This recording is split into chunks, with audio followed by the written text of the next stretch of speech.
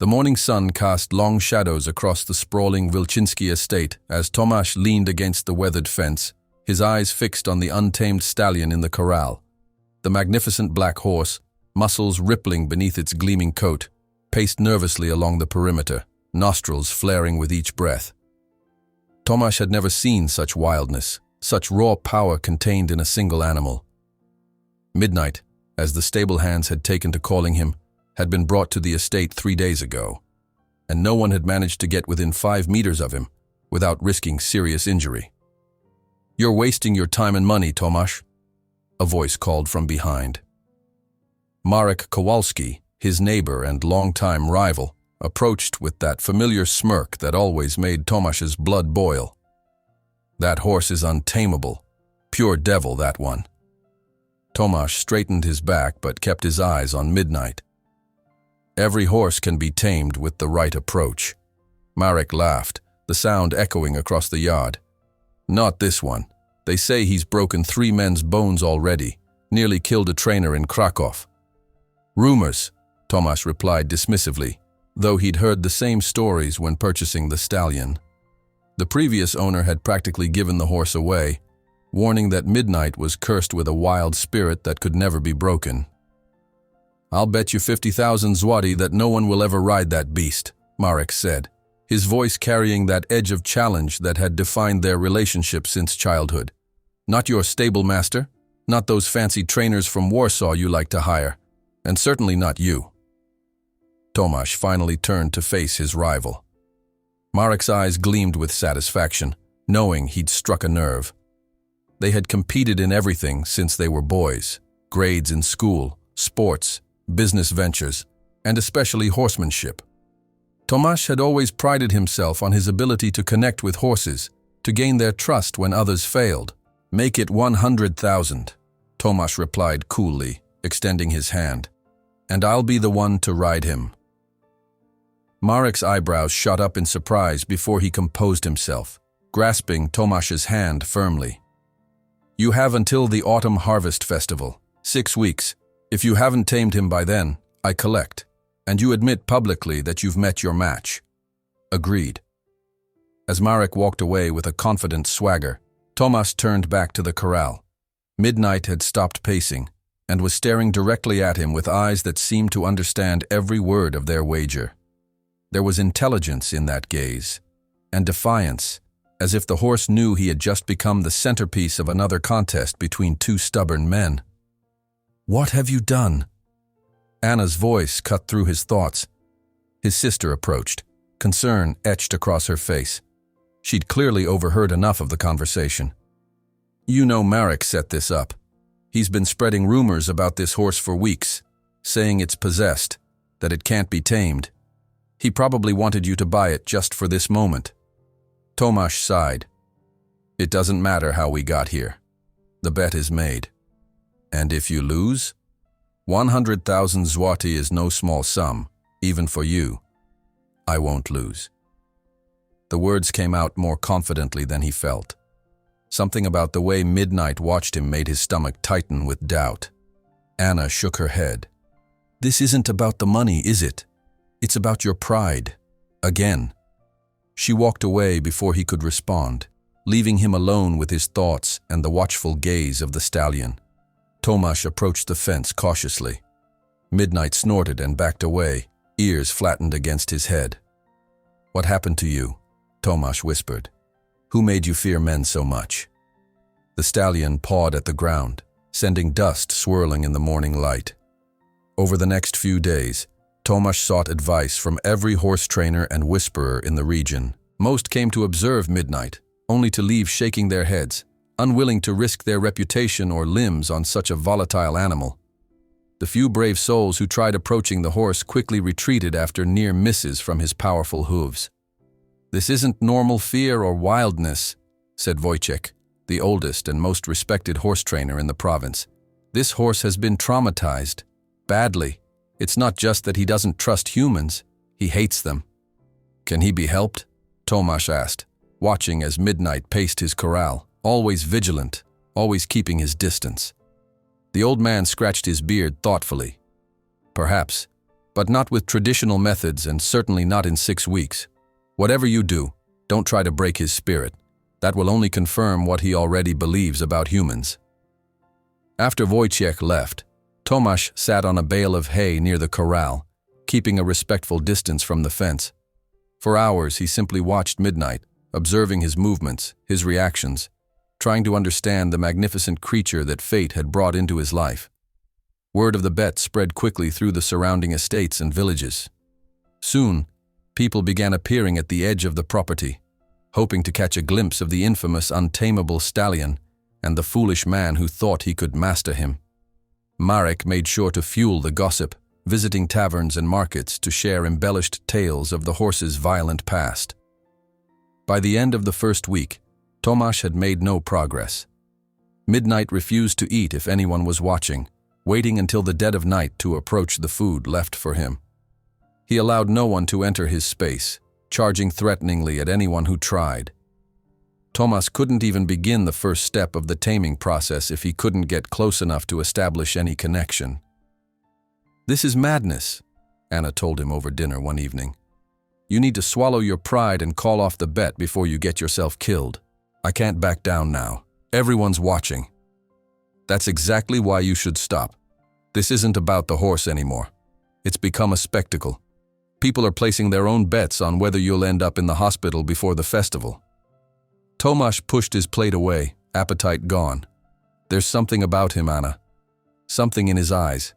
He's not just wild, he's wounded." Anna's expression softened. "Then help him heal. But do it because it's right for the horse, not to win a bet against Marek." That night, Tomasz couldn't sleep.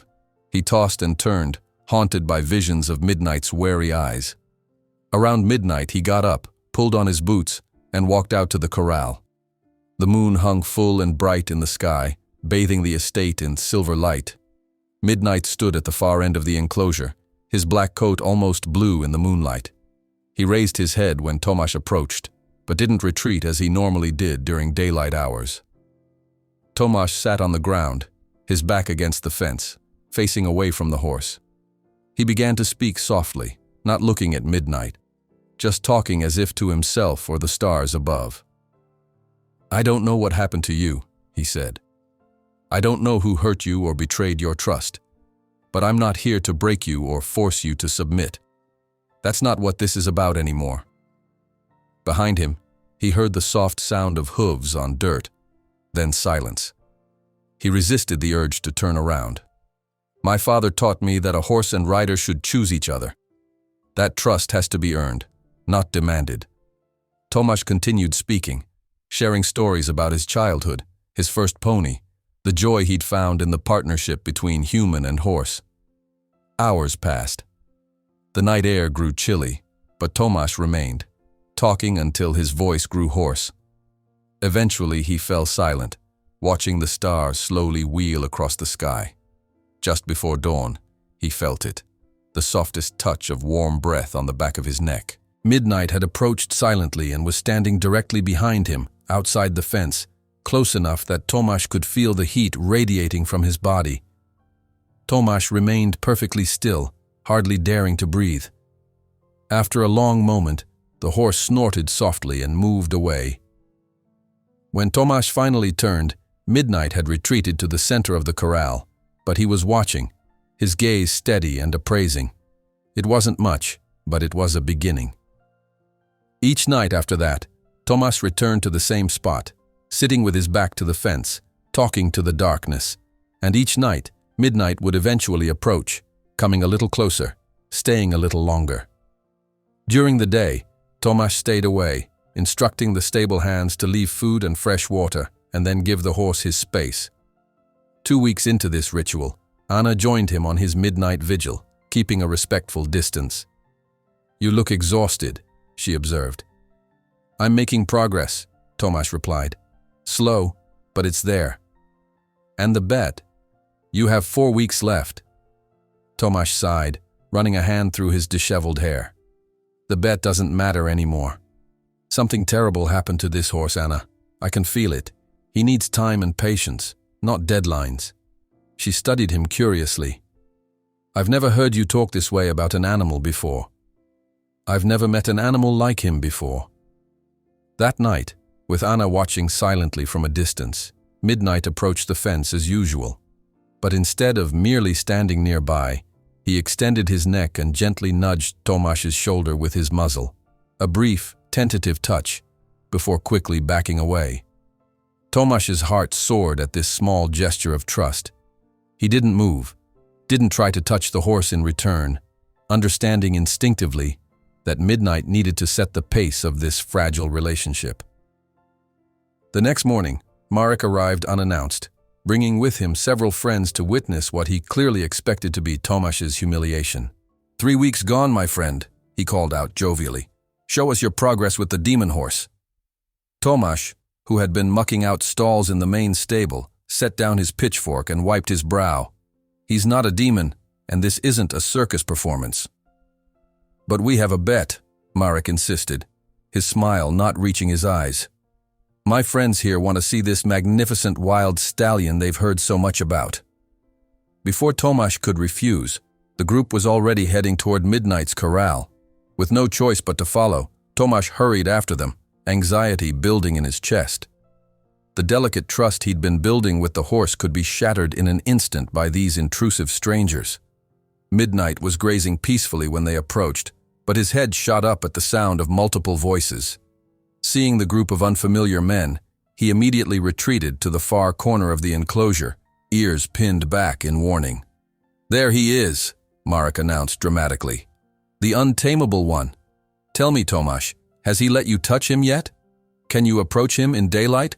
Or have you accepted that some spirits cannot be broken? The men laughed, and Midnight grew more agitated, beginning to pace nervously along the fence. Leave him be, Tomasz said firmly. You're frightening him. Frightening him? Marek scoffed. It is we who should be frightened, according to the stories. Come now, show us how you've gentled this wild beast. Surely you can at least enter his pen without fear of death. The challenge hung in the air. Tomasz knew he shouldn't do it. Knew that approaching Midnight now, with an audience, would undo all the careful progress of the past weeks. But Marek's taunting had struck that competitive chord that had governed their relationship since childhood. Fine, Tomasz said, reaching for the gate. But all of you stay back and be quiet.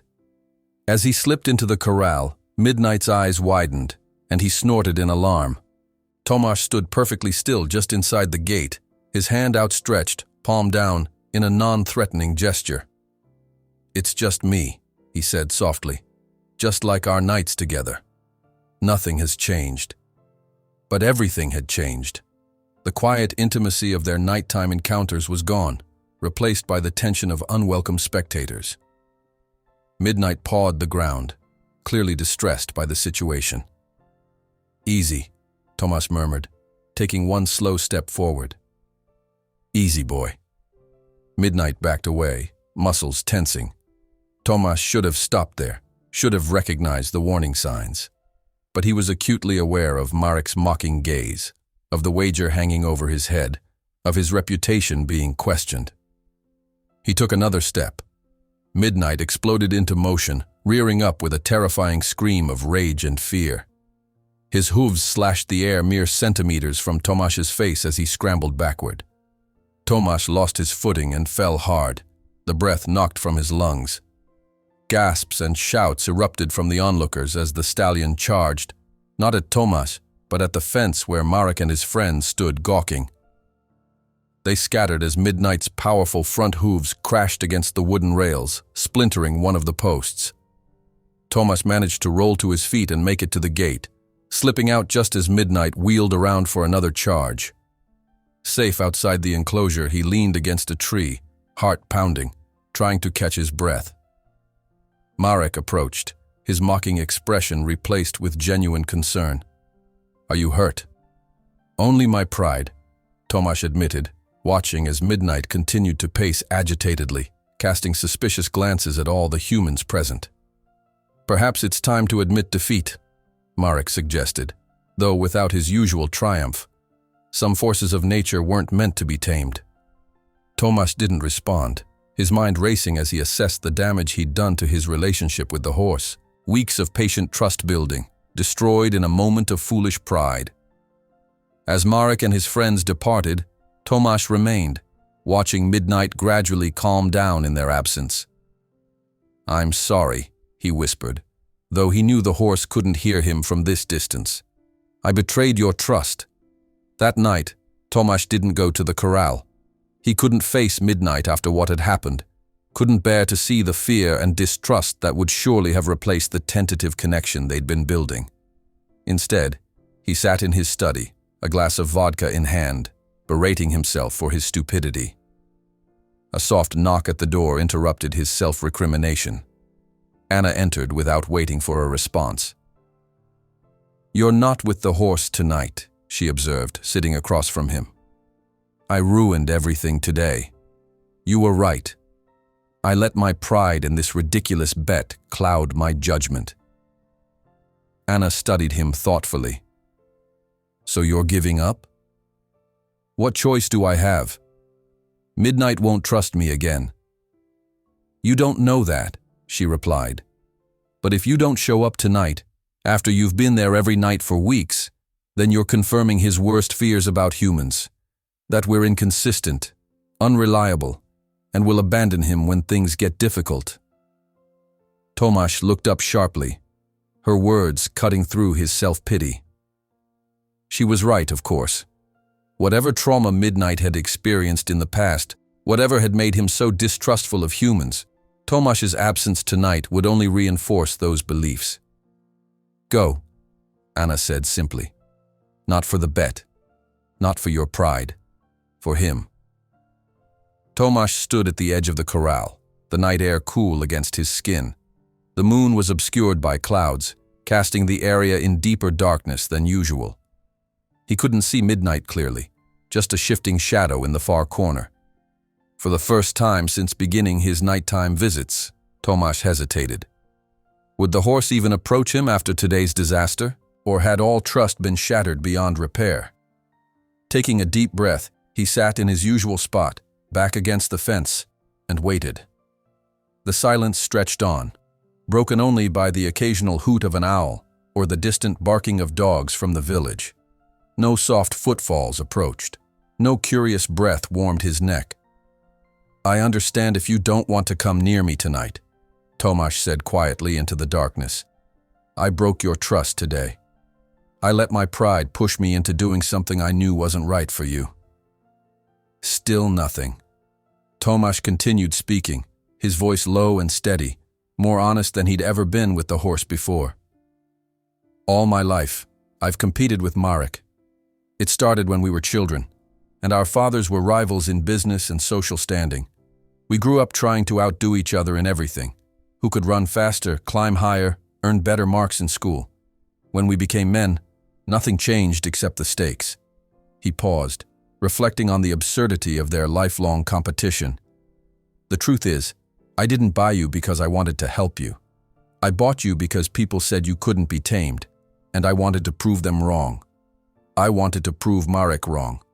I used you as a pawn in our ridiculous game, and today I nearly got us both hurt because of it." Tomasz fell silent, the weight of his confession heavy in the air. Minutes passed. He was about to stand, to accept that perhaps tonight was too soon for reconciliation, when he heard it.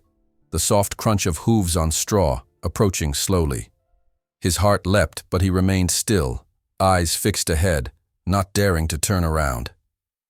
The footsteps stopped, and for a moment, Tomasz thought Midnight had retreated again. Then, warm breath tickled his ear, followed by the gentlest brush of velvet muzzle against his hair. Tomasz closed his eyes, overwhelmed by the significance of this moment. Midnight hadn't just approached him. He had initiated contact, even after today's betrayal. The horse was giving him a second chance. "Thank you," Tomasz whispered, his voice thick with emotion. In the days that followed, Tomasz made a conscious decision to forget about Marek's bet. When visitors came hoping to witness his progress with the infamous wild stallion, he politely but firmly turned them away. His nightly visits to Midnight became sacred, untainted by spectators or ulterior motives. He continued his routine of simply sitting and talking, but now his stories were more personal, more revealing. He told Midnight about his father's expectations, the pressure he'd always felt to excel, the emptiness that sometimes accompanied his achievements. There was something freeing about confiding in a creature who offered no judgment, only attentive ears and the occasional gentle nudge. Gradually, Midnight began to trust him more. 2 nights after the incident with Marek, the horse allowed Tomasz to reach back and briefly touch his muzzle. A week later, Tomasz was able to stand and face him, though Midnight still kept a cautious distance between them. Progress was slow, measured in millimeters rather than meters, but it was steady. During the day, Tomasz respected Midnight's need for space, staying away from the corral entirely. But he made changes to the horse's environment, adding a small shelter in one corner for protection from rain and sun, placing fresh apples among his feed as a special treat, ensuring the water was always clean and cool. 3 weeks after the bet had been made, and 3 weeks before the deadline, Anna found Tomasz in the stables, brushing one of the mares. "Marek's been asking about you," she said, leaning against the stable door. "Wants to know if you've given up or if you're hiding some miraculous progress." Tomasz continued brushing, his strokes long and even. "What did you tell him?" "That it's none of his business, and that you're focused on the horse's well-being, not on winning bets." He smiled at that. "Thank you. But Tomasz," she continued, her tone more serious, "the harvest festival is only 3 weeks away. What are you going to do? The whole region knows about this wager." Setting down the brush, Tomasz turned to face his sister. "I don't know. All I know is that forcing Midnight to accept a rider by then would destroy everything we've built. I won't do that to him." "So you'll forfeit? Pay Marek the 100,000 zloty?" "If I have to." He shrugged, surprised to find that the prospect didn't bother him as much as it once would have. "It's just money." Anna stared at him in astonishment. "Who are you, and what have you done with my brother?" Tomasz laughed, the sound echoing in the quiet stable. "Maybe I'm finally growing up." That night, as had become his custom, Tomasz went to the corral after the household had settled into sleep. But tonight was different. He carried with him a simple halter, soft leather carefully oiled to ensure it wouldn't chafe. He didn't intend to use it yet, but he wanted Midnight to become accustomed to seeing it, to understand it wasn't a threat. As he sat in his usual spot, halter resting visibly on his lap, he felt rather than heard Midnight approach. The horse had become remarkably stealthy in his nighttime visits, often standing behind Tomasz for several minutes before making his presence known. "I brought something tonight," Tomasz said quietly, "just to show you. I won't try to put it on you unless you're comfortable." He held up the halter, letting it dangle from his fingers so Midnight could see and smell it. The horse snorted softly, taking a half step back before curiosity overcame caution. He stretched his neck, nostrils flaring as he took in the scent of the leather. "This would help us communicate better," Tomasz explained, as if Midnight could understand every word. "But only when you're ready." To his surprise, Midnight extended his muzzle and gently nudged the halter. Tomasz remained perfectly still, allowing the horse to investigate this new object at his own pace. After a moment, Midnight stepped back, ears forward, watching Tomasz expectantly. Heart-pounding, Tomasz slowly stood, halter in hand. Midnight didn't retreat. Moving with deliberate slowness, Tomasz raised the halter, not trying to place it on the horse, simply offering it for further inspection. Midnight lowered his head slightly, blowing softly through his nostrils. It wasn't exactly an invitation, but it wasn't a rejection either. Holding his breath, Tomasz took a small step forward, then another, until he was close enough to touch the magnificent animal that had eluded human contact for so long. With trembling fingers, he gently stroked Midnight's forehead, just once before stepping back. The horse remained motionless, dark eyes watching Tomasz intently. No fear, no aggression, just cautious acceptance. "That's enough for tonight," Tomasz whispered, lowering the halter. "We have time." The next morning, Tomasz was startled from sleep by an insistent knocking at his bedroom door. He opened it to find Anna, face flushed with excitement. "Come quickly," she said, grabbing his arm. "You have to see this." Still half asleep, Tomasz allowed her to drag him downstairs and out into the crisp morning air. They hurried across the yard toward Midnight's corral, and as they approached, Tomasz saw what had caused his sister's excitement. Midnight stood at the fence, head hanging over the top rail, calmly watching the morning activities of the estate. When he spotted Tomasz, his ears pricked forward, and he nickered softly, a greeting. "He's waiting for you," Anna said, her voice hushed with wonder. "In broad daylight." Tomasz approached slowly, aware that several stable hands had stopped their work to watch this unprecedented event. Midnight remained at the fence, neither retreating nor showing signs of agitation as Tomasz drew near. "Good morning," Tomasz said, stopping a respectful distance away. Midnight snorted softly and stretched his neck, reaching toward Tomasz as if seeking contact. Hardly daring to breathe, Tomasz raised his hand, palm flat, and held it steady. With a gentleness that belied his massive strength, Midnight pressed his muzzle against Tomasz's palm. A collective gasp rose from the onlookers. For weeks, this horse had been the terror of the stables, allowing no one to approach him during daylight hours. Now he was voluntarily touching the man everyone had bet would fail to tame him. The moment was brief but profound.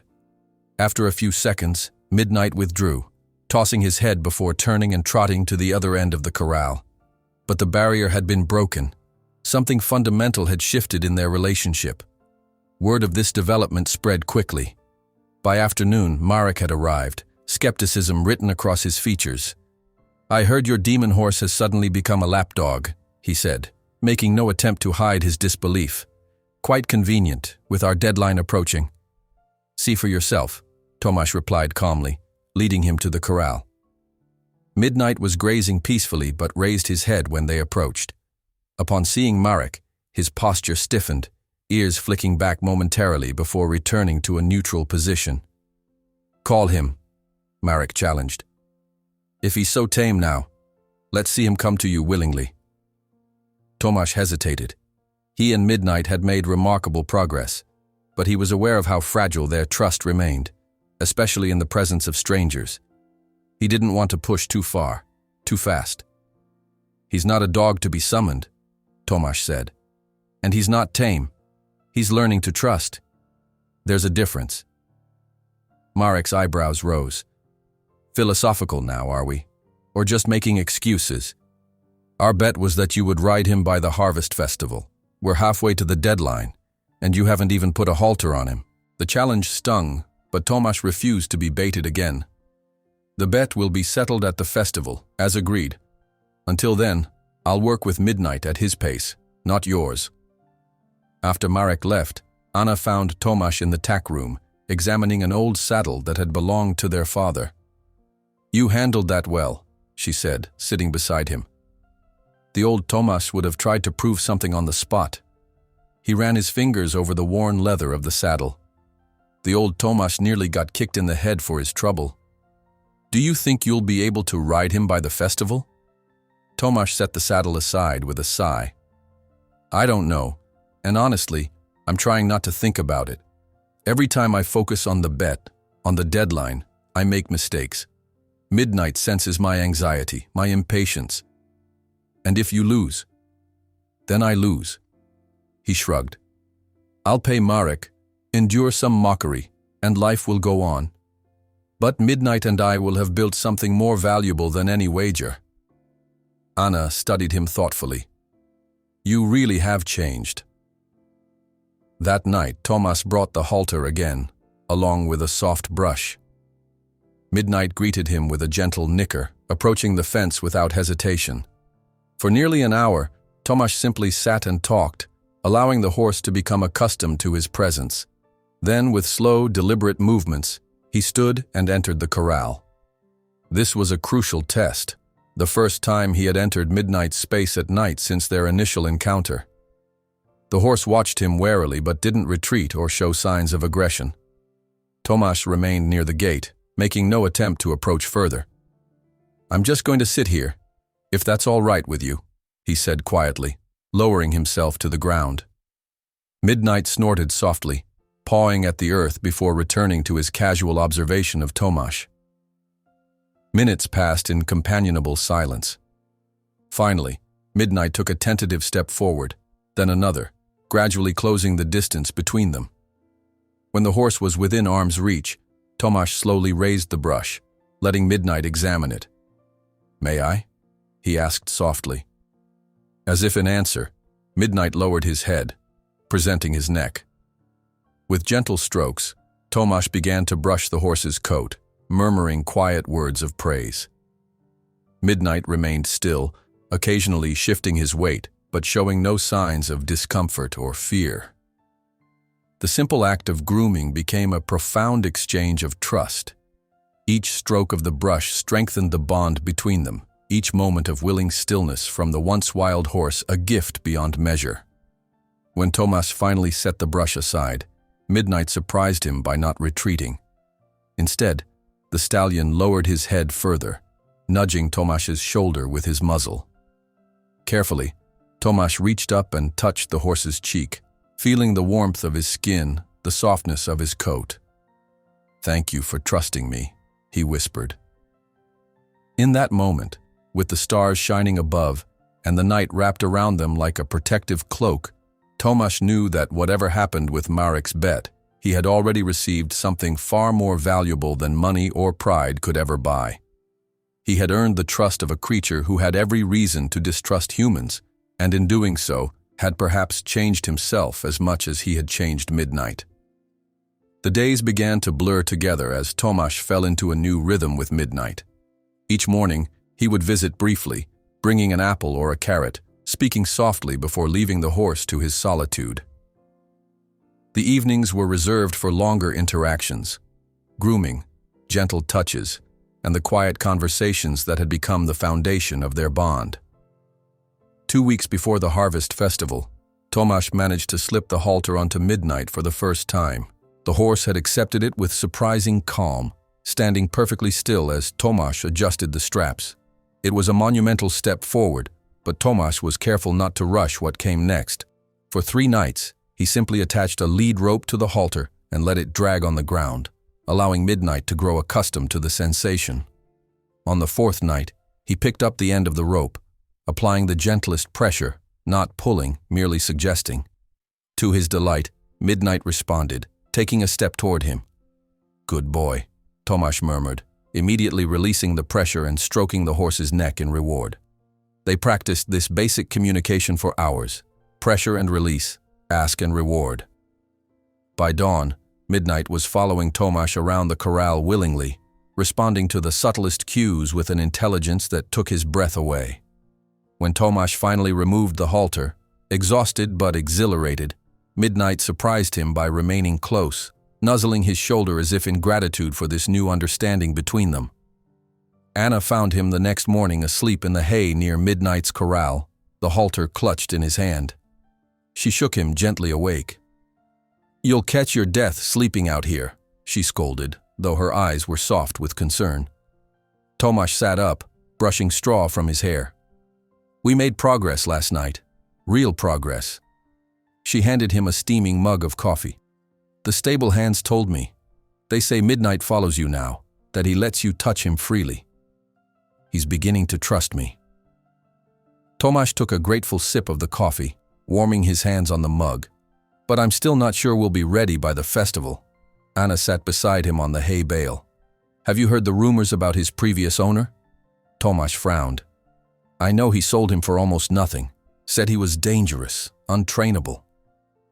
"There's more to it than that." Anna lowered her voice, though there was no one nearby to overhear. "I asked around in the village. Apparently the man who owned him before, Krzysztof Nowak, he has a reputation for cruelty. He trains horses for races and shows, but his methods..." She trailed off, her expression grim. "What methods?" Tomasz asked, though a sick feeling in his stomach told him he already knew the answer. "Brutal ones. Whips, spurs, starvation. Whatever it takes to break their spirit quickly. There are stories of horses that died in his care, though nothing was ever proven." Tomasz felt a surge of anger so intense it nearly made him dizzy. "And Midnight?" What happened to him? Anna shook her head. No one knows exactly. But a groom who used to work for Nowak said there was an incident. Midnight was being prepared for a prestigious race. He's exceptionally fast, apparently. Nowak was pushing him too hard, and the horse finally fought back. Nearly killed him, from what I hear. After that, Nowak couldn't get near him. No one could. The pieces clicked into place. Midnight's extreme fear of humans, his violent reactions to perceived threats. It wasn't wildness. It was trauma. It was survival. I need to see this man, Tomasz said, standing abruptly. Where can I find him? Anna's eyes widened. What good would that do? Confronting him won't change what happened to Midnight. I need to understand what Midnight went through. If I'm going to help him truly heal, I need to know everything. Despite Anna's protests, Tomasz was determined. Later that day, he rode to the neighboring town where Krzysztof Nowak maintained his stables. The facility was impressive from the outside. Whitewashed buildings, immaculate grounds, a large training ring where sleek thoroughbreds exercised under the watchful eyes of trainers. But as Tomasz approached, he noticed other details. The nervous skittishness of the horses, the way some flinched when their handlers raised a hand, the thin condition of a few animals in the back paddocks. Nowak himself was a burly man with cold eyes and a permanent scowl etched into his weathered face. He was supervising a young stallion being lunged in the ring, barking orders at a thin boy who struggled to control the frightened animal.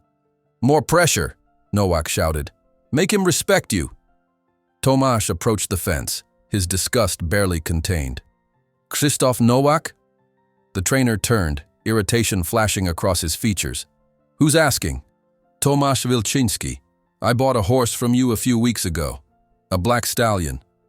Recognition dawned in Nowak's eyes, followed by wariness. That demon. Has he killed someone yet? No, Tomasz replied evenly. In fact, he's doing quite well. I've been working with him. Nowak snorted dismissively. Impossible. That horse is beyond saving.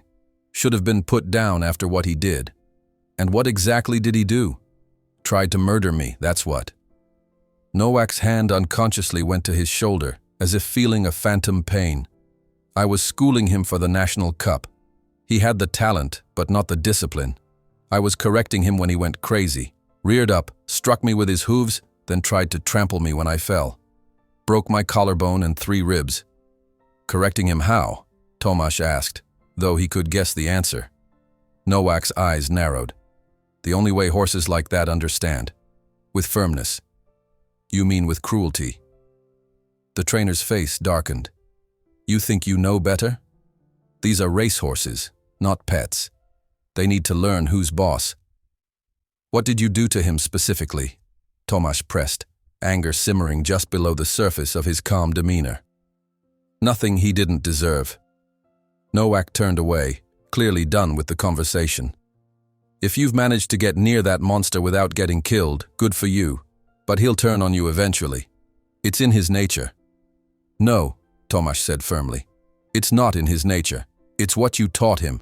As he rode home, Tomasz's mind was filled with images of what Midnight must have endured. The pain, the fear, the betrayal. No wonder the horse had reacted so violently to humans. He hadn't been born wild. He'd been made that way by systematic abuse. When he returned to the estate, darkness was falling. Despite his exhaustion, Tomasz went straight to Midnight's corral. The horse approached immediately, nickering in greeting, and Tomasz felt his heart constrict with emotion. I'm so sorry for what happened to you, he whispered, pressing his forehead against Midnight's. But it's over now. No one will ever hurt you again. The next morning, Tomasz made a decision. He sought out Anna, finding her in the garden sketching wildflowers. I'm going to forfeit the bet, he announced without preamble. She looked up, surprise evident in her expression. Are you sure? You still have almost 2 weeks. I learned what happened to Midnight, what his previous owner did to him. Tomasz sat heavily on the stone bench beside her. I won't risk re-traumatizing him just to win a wager. He's been through enough. Anna set her sketchbook aside. What will you tell Marek? The truth. that Midnight's well-being is more important than my pride or his money. She studied him for a long moment. You know he'll never let you live it down. Tomasz shrugged. I can live with that. Can you send word to him? Ask him to come tomorrow? Anna nodded, reaching out to squeeze his hand. You're doing the right thing, you know. I know. For the first time in my life, I'm absolutely certain of it. That evening, as he groomed Midnight under the stars, Tomasz felt a peculiar sense of peace. The weight of the bet, the looming deadline, the fear of failure, all of it had lifted the moment he'd made his decision. Now, there was only this: the rhythmic stroke of the brush, the warm presence of the horse, the quiet connection they had forged against all odds. Midnight seemed to sense the change in him. The stallion was more relaxed than Tomasz had ever seen him, leaning slightly into the brush strokes, eyes half closed in contentment. On impulse, Tomasz set the brush aside and simply leaned against Midnight's shoulder, feeling the steady rise and fall of his breathing. The horse remained still, accepting his weight, his closeness, his touch, a level of trust that would have been unimaginable just weeks ago. We've come so far together, Tomasz murmured. And we have so much further to go. But we'll do it at your pace, not mine, not anyone else's. As if in answer, Midnight turned his head and gently nuzzled Tomasz's hair. The next day dawned clear and crisp, a perfect late summer morning. Tomasz was in the stables checking on a mare who had recently foaled when a stable boy ran in, breathless with excitement. Sir, you must come quickly. It's Midnight. Tomasz's heart dropped. Is he hurt? No, sir. He's out of the corral. Dropping everything, Tomasz raced outside, fearing the worst. Had Midnight escaped? Was he running wild through the estate, terrified and dangerous in his panic? But the scene that greeted him stopped him in his tracks. Midnight was indeed outside his corral, but he wasn't running or panicking. He was standing calmly in the main yard, still wearing the halter Tomasz had left on him the night before. Anna stood a few meters away, holding the lead rope, her expression a mixture of shock and delight. He followed me, she said as Tomasz approached cautiously. I went to check on him this morning, and he was at the fence. I opened the gate just a crack, and he pushed through. I thought he was going to bolt, but he just waited. So I took hold of the rope, and he came with me, calm as anything. Tomasz could hardly believe what he was seeing. Midnight, the untamable stallion, standing quietly in the open, accepting guidance from someone other than himself. Let me, he said softly, taking the lead rope from Anna. Midnight nickered in recognition, ears pricked forward attentively. With gentle pressure on the rope, Tomasz began to walk, and the horse followed willingly, matching his pace step for step. They walked the perimeter of the yard, past the stables where other horses watched curiously, past the gardens where servants stopped their work to stare in amazement. Midnight remained calm, his trust in Tomasz overriding his fear of the unfamiliar surroundings. When they returned to the starting point, Tomasz was surprised to see Marek standing beside Anna, his expression unreadable. You're early, Tomasz said, coming to a halt with Midnight at his shoulder. Marek nodded, eyes fixed on the stallion. Your sister's message sounded urgent. I see why now. He gestured to Midnight. This is unexpected. He's made remarkable progress, Anna interjected proudly. Faster than anyone thought possible. Marek approached slowly, maintaining a respectful distance. Midnight watched him warily but didn't show signs of fear or aggression. I came here expecting to collect my winnings, Marek admitted. Anna said you wanted to forfeit the bet. Tomasz stroked Midnight's neck reassuringly. I do. Or rather, I did. But not because I don't think he can be ridden eventually. I learned what happened to him, Marek. The abuse he suffered. Pushing him to meet our arbitrary deadline would be cruel. So, you're choosing the horse over your pride, Marek asked, genuine curiosity in his voice. Yes. A strange expression crossed Marek's face. Something almost like respect. You surprise me, Tomasz. All these years competing, and I never thought I'd see the day when you'd willingly admit defeat. It's not defeat, Tomasz replied. It's choosing a different victory. Marek was silent for a long moment, studying the way Midnight stood calmly beside Tomasz, the evident trust between man and horse. "Keep your money," he said finally. "The bet is off." Tomasz blinked in surprise. "What?" "You heard me. Consider it void. Perhaps we've both been childish long enough." Before Tomasz could respond, a commotion at the entrance to the estate caught their attention. A carriage was arriving, an expensive one drawn by 4 matching greys. The crest emblazoned on the door belonged to Count Jakub Zaleski, one of the most influential landowners in the region. "Were you expecting visitors?" Marek asked. Anna shook her head, looking as puzzled as Tomasz felt. "The Count rarely calls without sending word ahead." As the carriage drew closer, Tomasz tensed, uncertain how Midnight would react to this new intrusion. But the horse remained steady, pressed close to his side, drawing strength from their connection. The carriage came to a halt, and Count Zaleski himself stepped down, a tall, aristocratic man in his 60s with a silver beard and piercing blue eyes. His gaze immediately found Midnight, and a smile of recognition spread across his features. "By God," he said, approaching with measured steps. "It is him, the Black Shadow." Tomasz stared at the Count in confusion. "The Black Shadow? I don't understand." Count Zaleski approached cautiously, his eyes never leaving Midnight. The stallion's ears flicked forward with interest, rather than pinning back in fear. Surprising behavior toward a stranger. "This magnificent animal," the Count said, his voice filled with reverence, "was once the most promising racehorse in Poland. 3 years ago he won every race he entered, often by lengths. His speed was supernatural.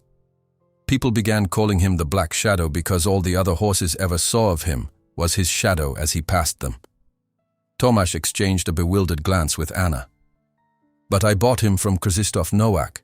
He never mentioned any racing history, just that the horse was dangerous and untrainable." A dark expression crossed the Count's aristocratic features. "Nowak," he spat the name like a curse. "That explains much. May I?"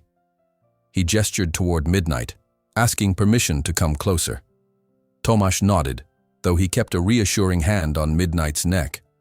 To his astonishment, the stallion remained calm as the Count approached, even stretching his nose forward slightly, as if in recognition. "Hello, old friend," Count Zaleski murmured, allowing Midnight to catch his scent. "It's been a long time."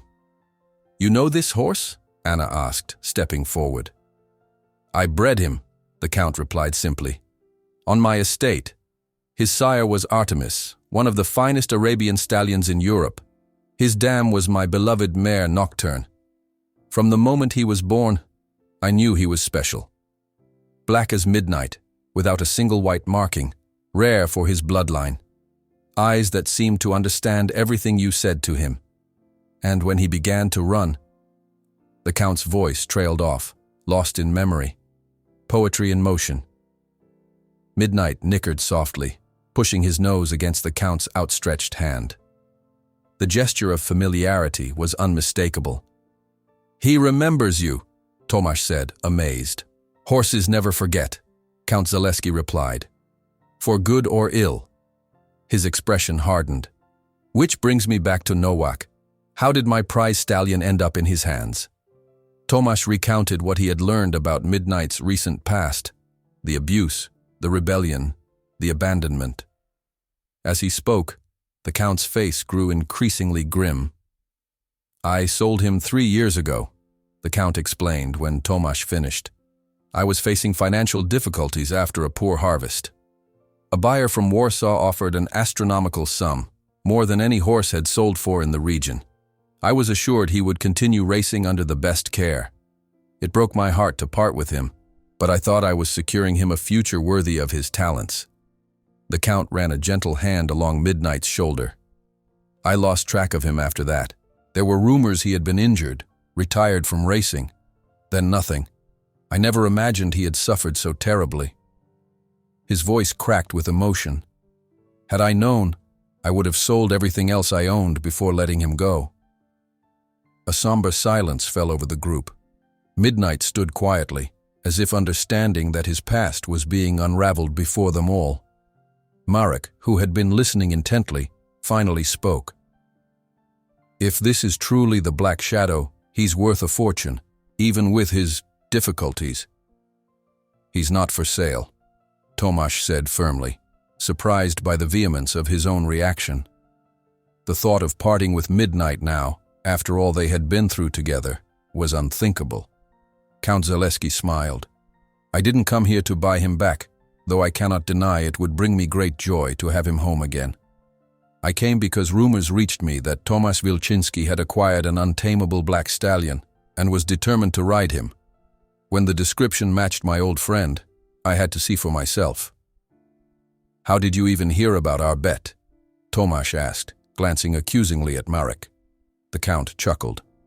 "My dear boy, there is little that happens in this region that I don't eventually hear about, particularly when it involves horses of exceptional quality." Anna, ever practical, gestured toward the house.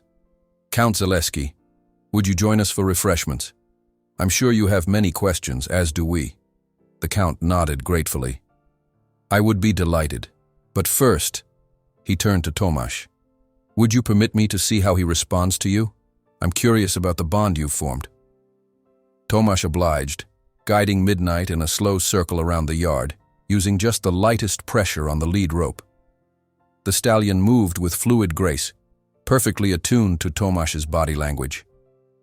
When Tomasz stopped, Midnight stopped. When Tomasz backed up, Midnight backed up. It was a dance of subtle communication that spoke volumes about the trust developing between them. "Remarkable," the Count murmured when they finished. "In all his years with me, he was never this responsive to anyone but me. You have a gift, young man." Inside the manor house, over tea and pastries, Count Zaleski shared more of Midnight's early history.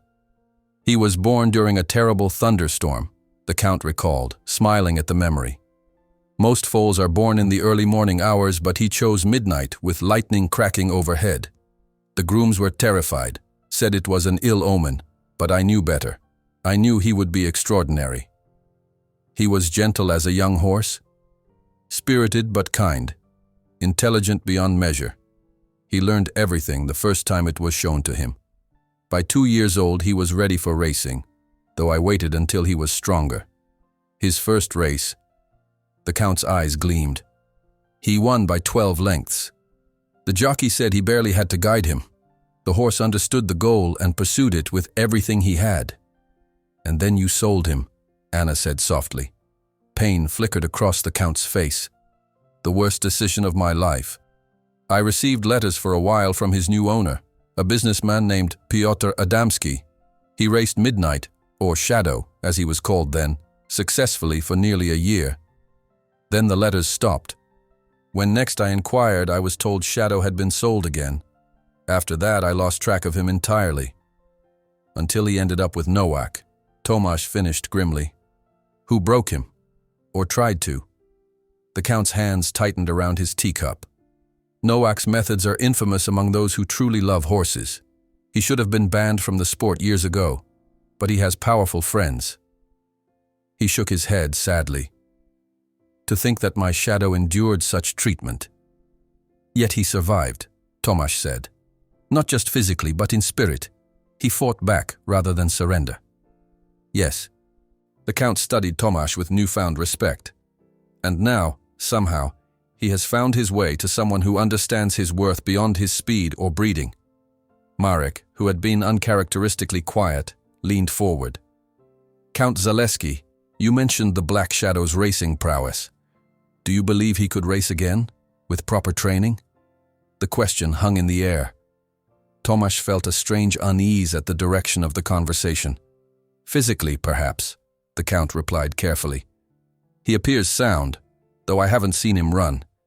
But mentally—" He glanced toward the window where, in the distance, they could see Midnight grazing peacefully in the yard under the watchful eye of a stable hand.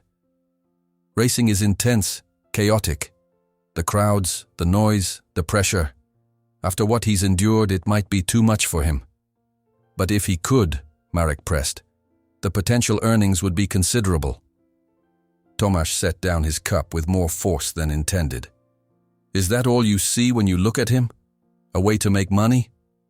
Marek raised his hands defensively. I'm merely pointing out possibilities.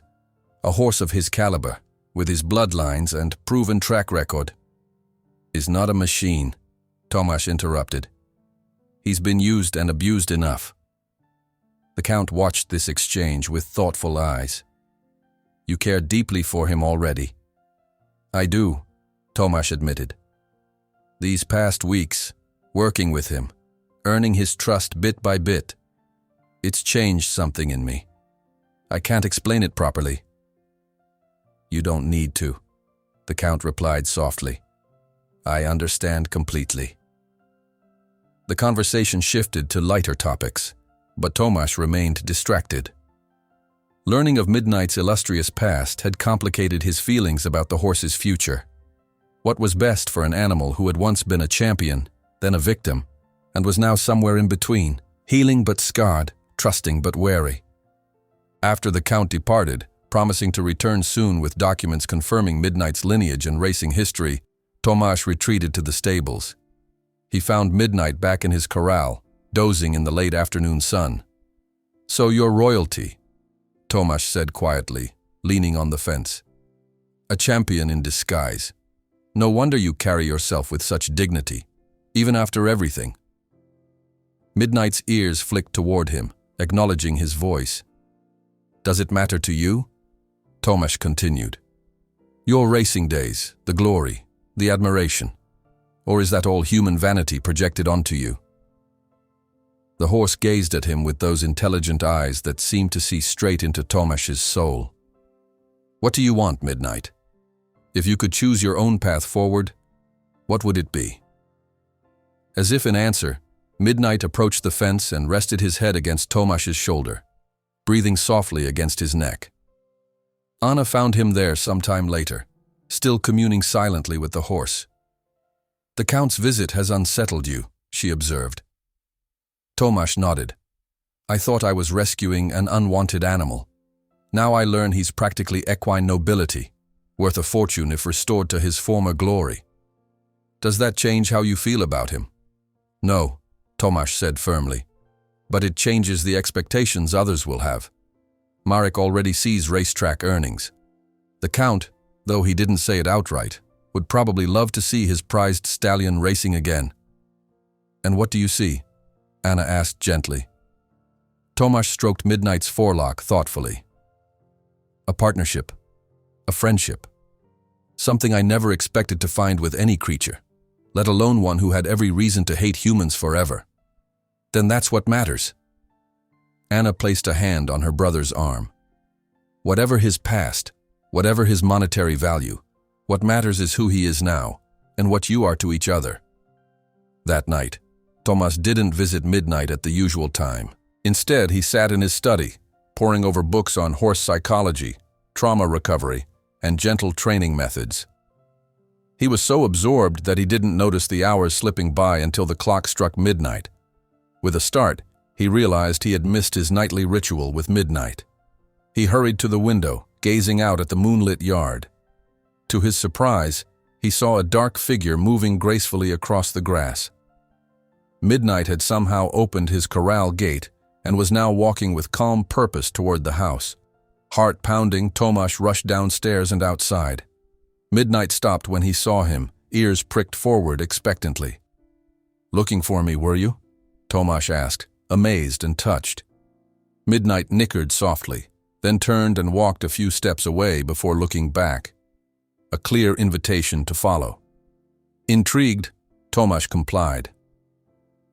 The stallion led him away from the house, past the stables, to the far meadow that bordered the estate. There, with the vast expanse of open space before them, Midnight stopped and pawed at the ground impatiently. Suddenly understanding, Tomasz removed the lead rope he had instinctively grabbed on his way out. You want to run, he said. To really run. Midnight tossed his head, his whole body vibrating with barely contained energy. Go on then, Tomasz urged, stepping back. Show me who you really are. For a moment, Midnight stood perfectly still, as if gathering himself. Then, with a joyous snort, he exploded into motion. His powerful legs propelled him forward, his black mane and tail streaming behind him like banners in the night. Under the silver light of the moon, he became a living shadow, a creature of pure speed and wild grace. Tomasz watched, transfixed as Midnight circled the meadow at a full gallop. This was the black shadow that Count Zaleski had described, a force of nature, a blur of midnight against the silvered grass. But there was something else too, something the Count hadn't mentioned. An undeniable joy in the running, a celebration of freedom and physical power that transcended any human concept of racing or winning. After several breathtaking minutes, Midnight slowed to a canter, then a trot, finally circling back to where Tomasz stood. Steam rose from his body in the cool night air, his sides heaving with exertion, but his eyes were bright with what could only be described as happiness. "That's who you are," Tomasz whispered, reaching out to stroke the horse's sweaty neck. "Not just a racehorse, not just a champion, something far more magnificent." Midnight pressed his forehead against Tomasz's chest, his breathing gradually slowing. In that moment, Tomasz made a silent promise. Whatever came next, whatever others expected or demanded, he would honor the true spirit of this extraordinary animal who had chosen to share his healing journey with a man who was, perhaps, healing alongside him. News of Count Zaleski's visit spread quickly, as did the revelation of Midnight's true identity. By morning, the estate was abuzz with excitement. Stable hands who had once kept their distance now found excuses to pass by Midnight's corral, hoping to catch a glimpse of the legendary Black Shadow. Villagers and curious neighbors began appearing at the gates, requesting permission to see the famous racehorse. Tomasz, protective of Midnight's hard-won peace, refused most of these requests. The last thing the traumatized stallion needed was to become a spectacle. But as the days passed, the pressure to share Midnight with the world only increased. Another letter from the Warsaw Racing Association, Anna announced one morning at breakfast, sorting through the day's mail. "They've heard the Black Shadow has resurfaced and are extending a formal invitation for you to enter him in the Autumn Classic." Tomasz set down his coffee cup with a sigh. "The third such invitation this week. Does no one understand that he's still recovering?" "People remember his glory days," Anna replied, scanning the letter. "They want to believe in miracles, the fallen champion rising again." She placed the letter aside. "They're offering considerable prize money. I don't care about the money." "I know you don't." She studied her brother thoughtfully. "But it does raise the question of what you do intend for him. He can't simply remain your secret forever, especially now that people know who he is." It was a fair point, and one that had been troubling Tomasz since the Count's revelation. Midnight was not just any horse. He was equine royalty, a champion whose bloodline and abilities were the stuff of legend. Did Tomasz have the right to keep such a magnificent animal all to himself, hidden away from the world that had once adored him? Later that morning, as Tomasz was working with Midnight in the small training ring they'd established, Marek arrived unannounced. He watched silently as Tomasz guided the stallion through various exercises with just the lightest touch on the lead rope. "Impressive," Marek commented when Tomasz finally acknowledged his presence. "I wouldn't have believed it possible a month ago." "What brings you here?"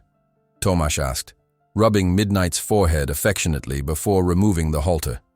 "Business, actually." Marek leaned against the fence. "I've had an interesting proposition from some associates in Warsaw. They've heard about the Black Shadow's reappearance and are willing to form a syndicate.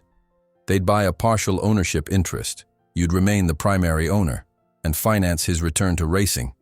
The potential profits would be split accordingly." Tomasz frowned. "So I'd be selling shares in him?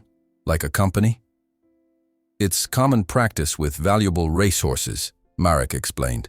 "The syndicate covers the considerable expenses of training, transportation, entry fees, and you maintain control over his care and well-being, while they profit from his labor."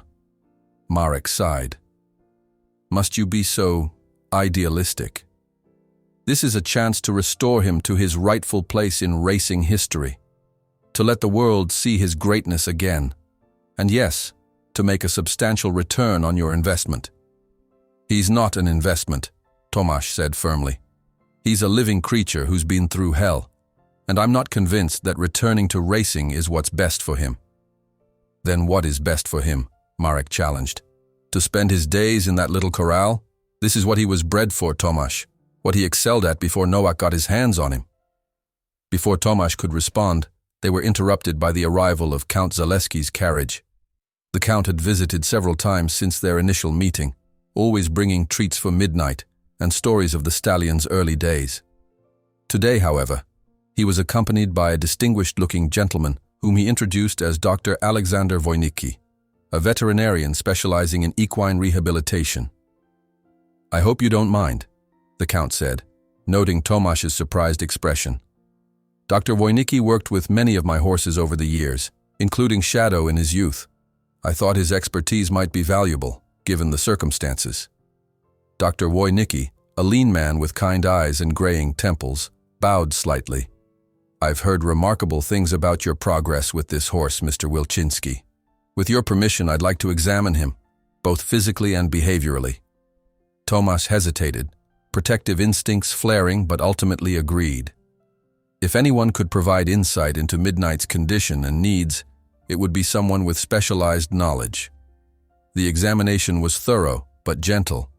Dr. Wojnicki spoke softly to Midnight throughout, explaining each step before touching the horse. Midnight, to Tomasz's surprise, tolerated the examination with unusual patience, as if recognizing a skilled and respectful hand.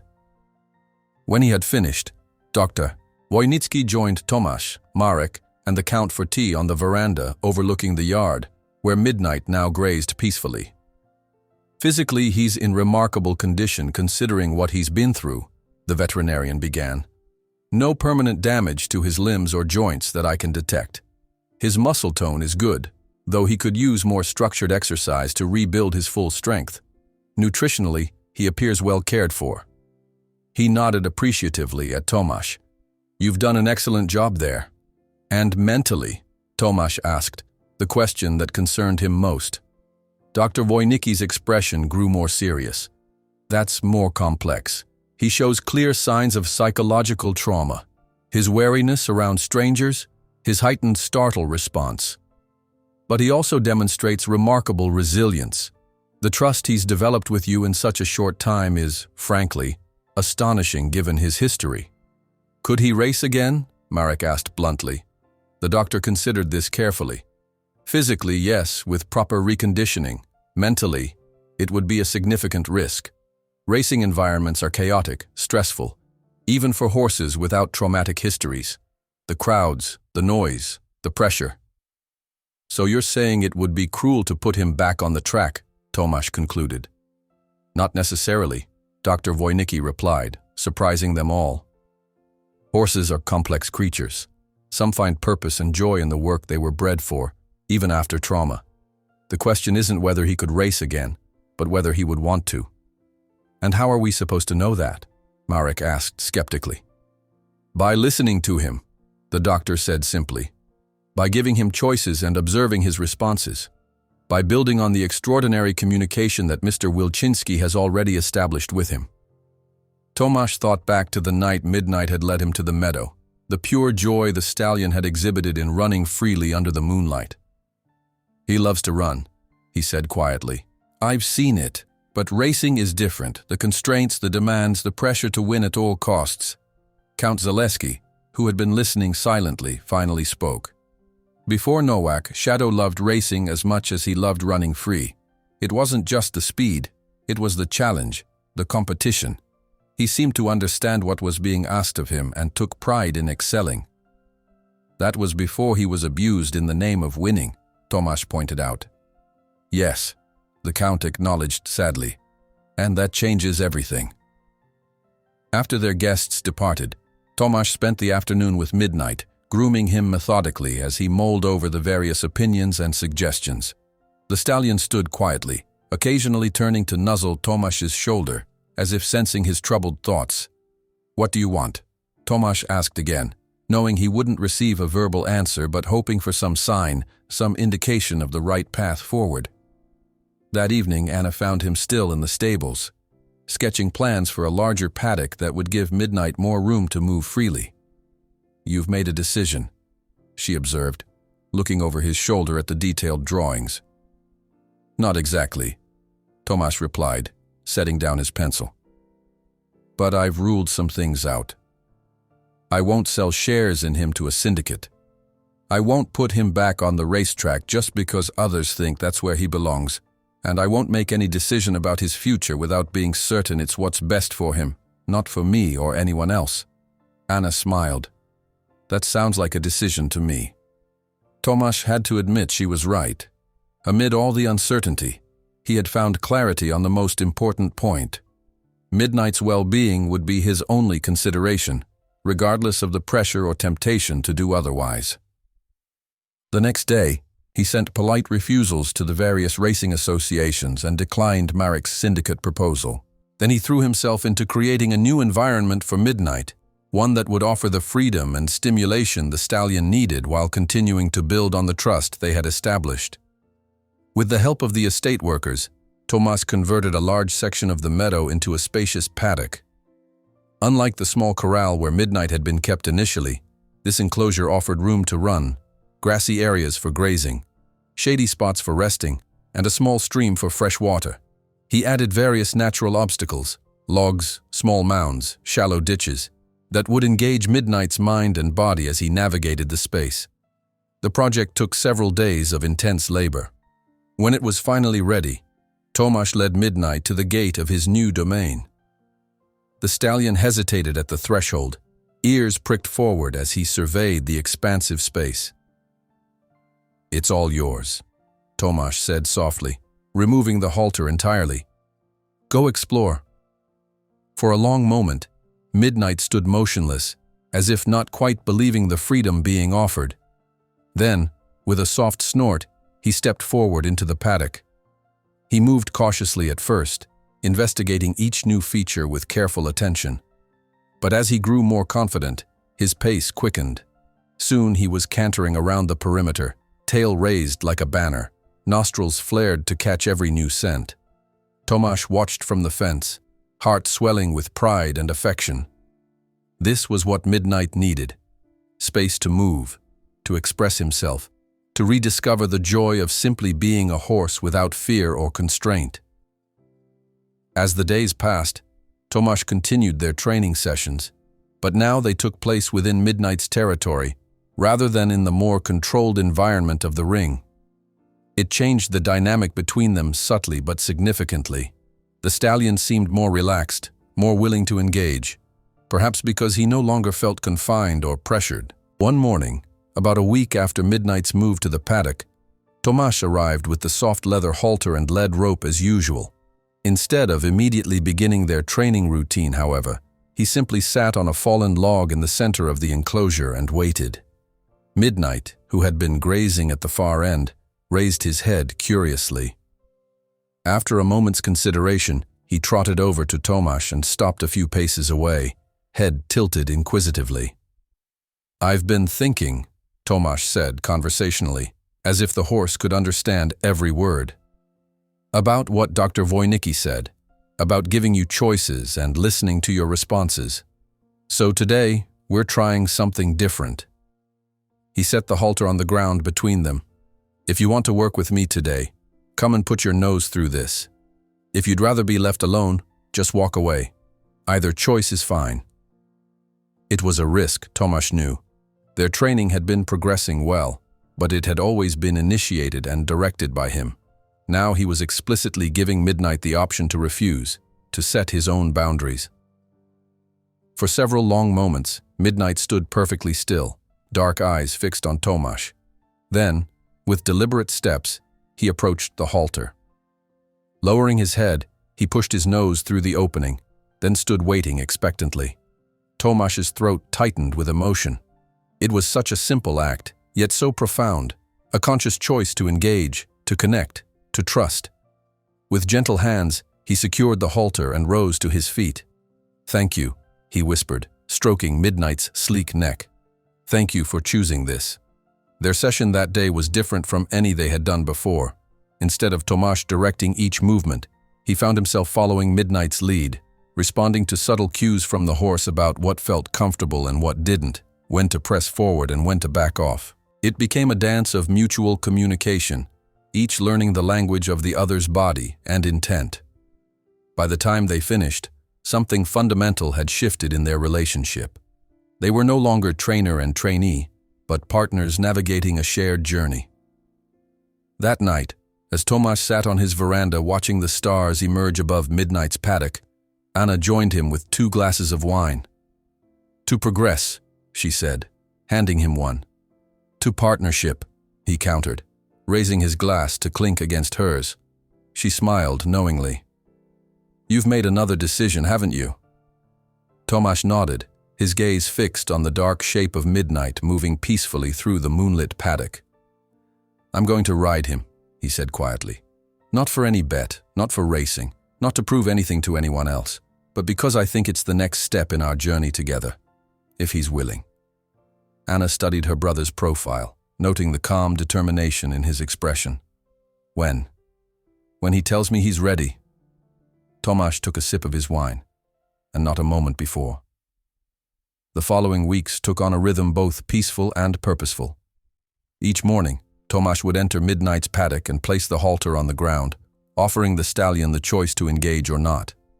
Each day, Midnight chose to participate, approaching with increasing eagerness as their work together became a highlight of his routine rather than something to be feared. Tomasz carefully introduced new elements to their training. A soft saddle blanket that Midnight first investigated thoroughly with his nose before allowing Tomasz to place it briefly on his back. A light saddle that was presented, explored, and eventually accepted. A bridle with the gentlest bit available, which took longer for Midnight to trust, but was eventually tolerated for short periods. Throughout this process, Tomasz remained meticulously attuned to Midnight's responses. At the first sign of discomfort or anxiety, ears pinned back, muscles tensing, breathing quickened, he would immediately back off, removing whatever had caused the distress and returning to familiar, comfortable ground. It meant progress was slow, sometimes frustratingly so, but it also meant that each step forward was built on solid trust rather than forced compliance. Dr. Wojnicki visited regularly to check on Midnight's physical condition and to observe the training sessions. After one particularly successful day, when Midnight had allowed the saddle to be cinched for a full 10 minutes without showing signs of stress, the veterinarian pulled Tomasz aside. "You're doing remarkable work," he said, genuine admiration in his voice. "Most trainers would have pushed much harder by now, risking setbacks for faster results." "I'm not most trainers," Tomasz replied simply. "And he's not most horses." The doctor nodded thoughtfully. "No, he certainly isn't, which is why I believe he's nearly ready for the next step." "You think he's ready to be ridden?" Tomasz couldn't hide his surprise. Despite his determination to attempt riding Midnight eventually, he had been preparing himself for months of preliminary work. "Not by just anyone," Dr. Wojnicki clarified, "but by you. Yes, I believe he is. The physical groundwork has been laid. The equipment is no longer triggering fear responses. Most importantly, he trusts you in a way I've rarely seen between horse and human. The timing feels right." Tomasz considered this assessment carefully. "I don't want to rush him." "Of course not. But sometimes excessive caution can be its own form of disservice. Horses are intelligent, sensitive creatures, but they also thrive on appropriate challenges. Too much protection can impede growth." The doctor's words resonated with Tomasz, reminding him of something his father had often said about horses. That true partnership came not from avoiding all risk, but from facing challenges together, building mutual confidence through shared experiences. That evening, as Tomasz sat with Anna on the veranda, watching Midnight graze peacefully in the twilight, he shared Dr. Wojnicki's assessment. "Do you agree?" Anna asked, studying her brother's thoughtful expression. "Do you think Midnight is ready?"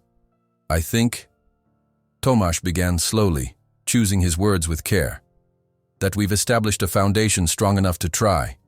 Not a full ride through the countryside, just a few moments in the paddock." with no pressure or expectations. And if he panics, then I'll immediately dismount, and we'll take several steps back in our training. It won't be the end of the world. He sipped his tea, eyes never leaving the dark silhouette of the horse against the deepening blue of the evening sky. But if we never try, we'll never know what might be possible between us.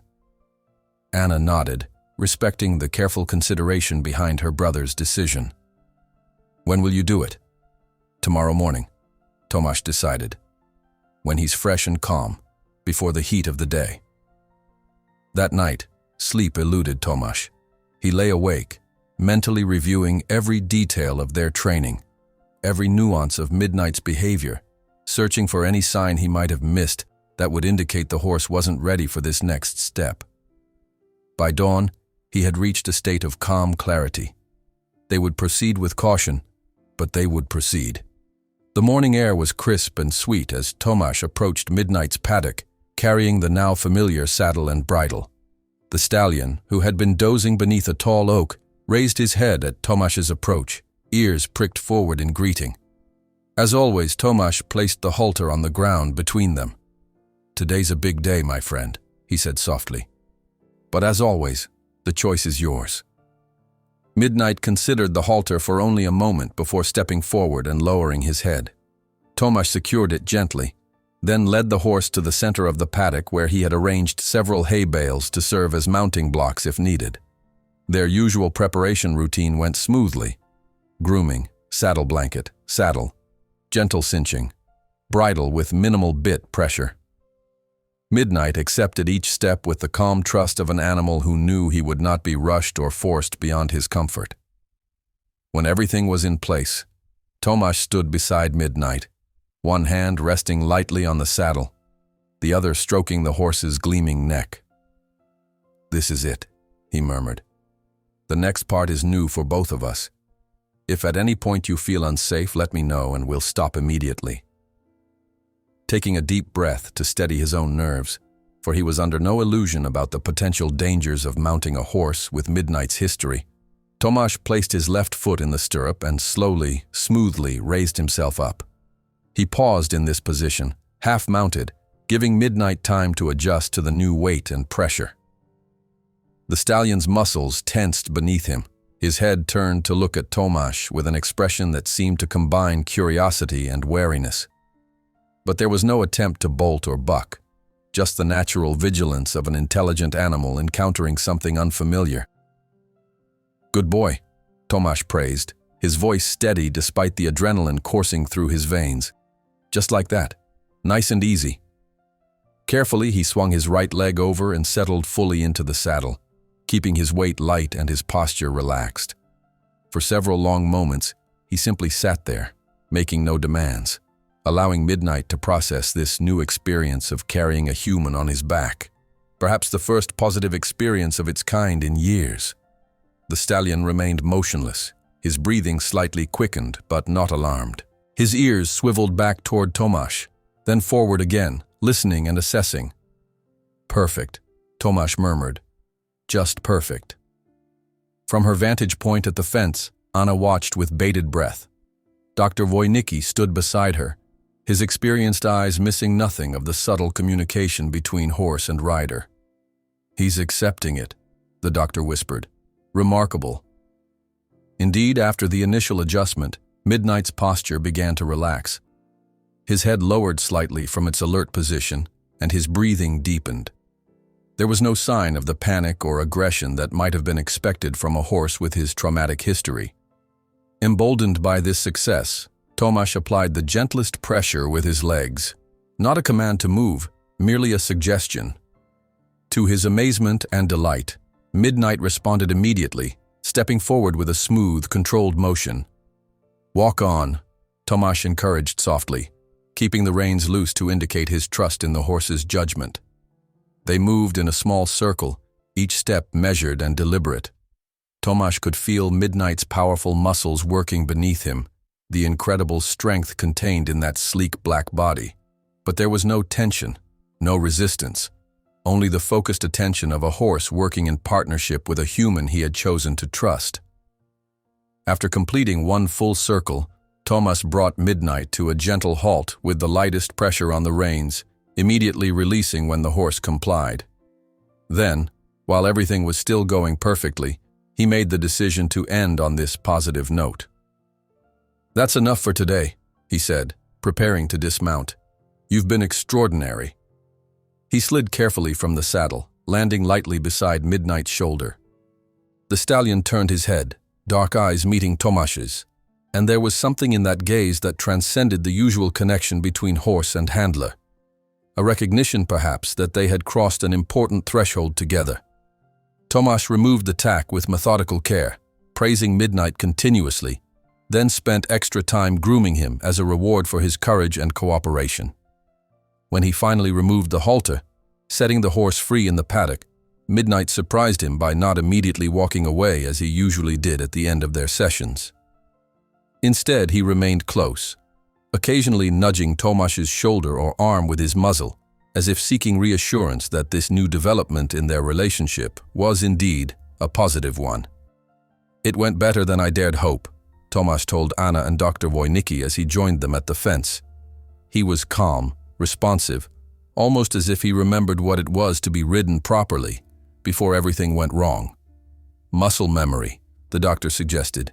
"His body recalls the mechanics of carrying a rider, even if his mind associates it with pain and fear.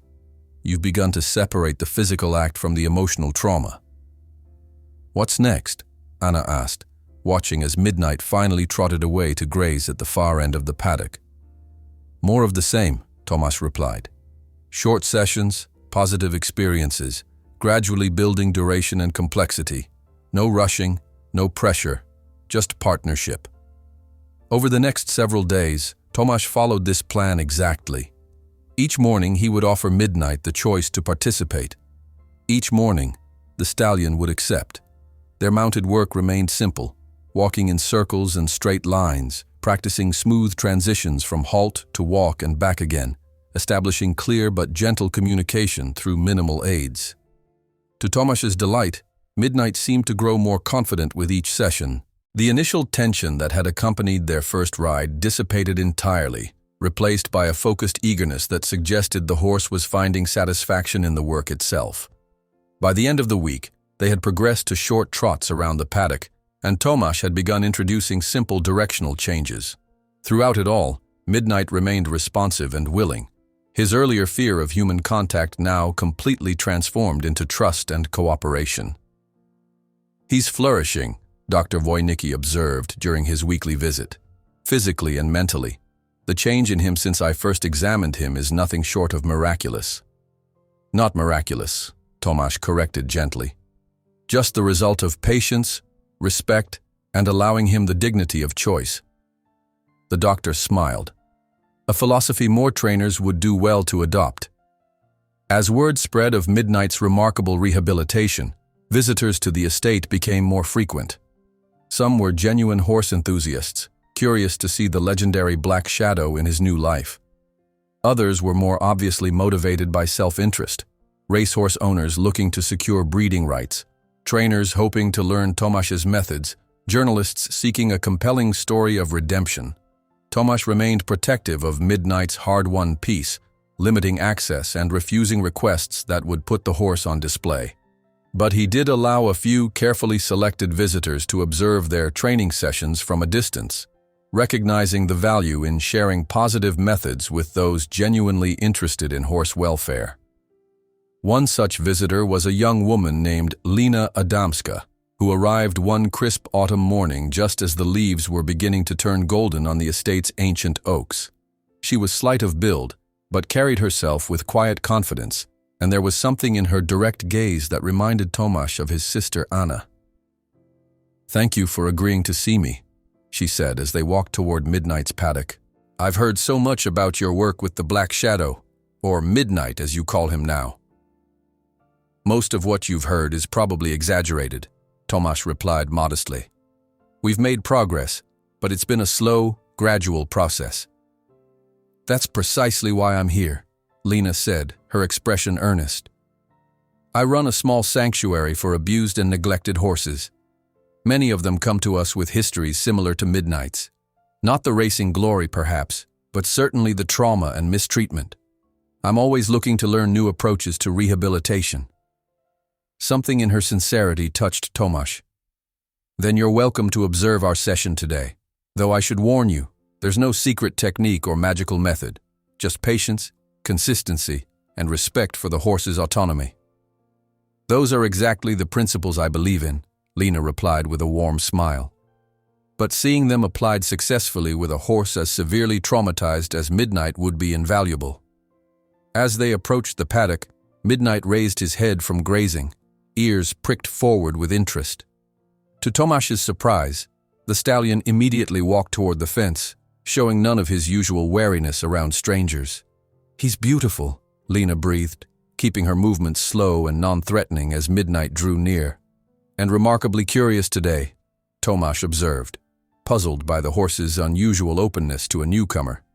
"He's normally quite reserved with people he doesn't know." Midnight stretched his neck over the fence, nostrils flared as he took in Lena's scent. Then, to Tomasz's astonishment, the stallion nickered softly, a sound of recognition he typically reserved only for Tomasz himself, and occasionally Anna. "Hello there," Lena said quietly, making no attempt to touch the horse but simply standing still, allowing him to investigate her at his own pace. "It's been a long time, hasn't it?" Tomasz looked at her sharply. "Do you know this horse?" Lena's eyes never left Midnight's as she replied, "I think perhaps I do. 3 years ago, I worked as a groom for Piotr Adamski, the man who bought Shadow from Count Zaleski." "Adamski," Tomasz repeated, the name clicking into place from the Count's account of Midnight's history. The businessman who raced him successfully before he disappeared from the circuit. "Yes," Lena confirmed, a shadow crossing her face. "And I believe I know what happened after that, how he ended up with Nowak, and why." Tomasz led Lena to a small wooden bench beneath an ancient apple tree at the edge of the paddock. Midnight followed along the fence line, his dark eyes fixed on the young woman with an intensity that further confirmed her connection to his past. "Tell me everything," Tomasz said quietly. "Whatever you know about what happened to him." Lena took a deep breath, her gaze still drawn to the magnificent black stallion. "I was 20 when I started working for Adamski. Fresh out of equine school, idealistic, thrilled to be hired to care for such prestigious racehorses. Shadow, Midnight, was already the star of the stable when I arrived." "What was he like then?" Tomasz asked, hungry for any glimpse into Midnight's life before the trauma. A soft smile touched Lena's lips. Magnificent, confident without being aggressive, intelligent in a way that sometimes seemed almost human, and fast. Faster than any horse I'd ever seen. But it wasn't just his speed that made him special. It was the joy he took in running, in competing. He wasn't racing because humans made him. He was racing because he loved it. She extended her hand toward the fence, and Midnight stretched his neck to touch her palm with his muzzle, a gesture so trusting that Tomasz could hardly believe this was the same horse who had once been too terrified to let anyone approach him. "I was assigned as his primary groom," Lena continued. "We developed a bond. I spent hours with him every day, grooming, walking, sometimes just sitting in his stall reading a book while he dozed. Adamski noticed and gave me more responsibility for his care. For about a year, everything was perfect. Shadow was winning races, setting records. Adamski was making a fortune. The horse was healthy and, as far as I could tell, happy." Her expression darkened. Then things changed. Adamski got involved with some new business partners, men with expensive suits and cold eyes. They started coming to the stables, watching Shadow train, discussing his potential in terms that made me uncomfortable. It was all about money, how much they could make, how quickly they could make it. "What happened?" Tomasz prompted when she fell silent. Lena's hands tightened in her lap. "They started pushing him too hard. More races, less recovery time. When I expressed concern, I was ignored. Then they brought in a new trainer, a man who believed in aggressive conditioning, as he called it. I objected to his methods and was warned to mind my place."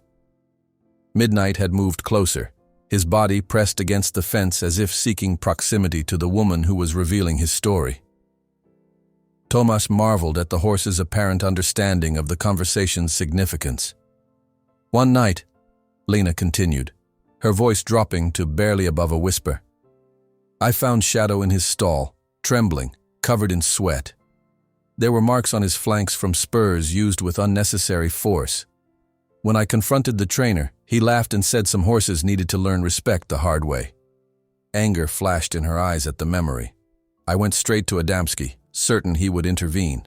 He had always seemed to genuinely care for Shadow, but he'd changed too. He told me the new methods were necessary to maintain Shadow's edge in competition. When I threatened to report them to racing authorities, he fired me on the spot.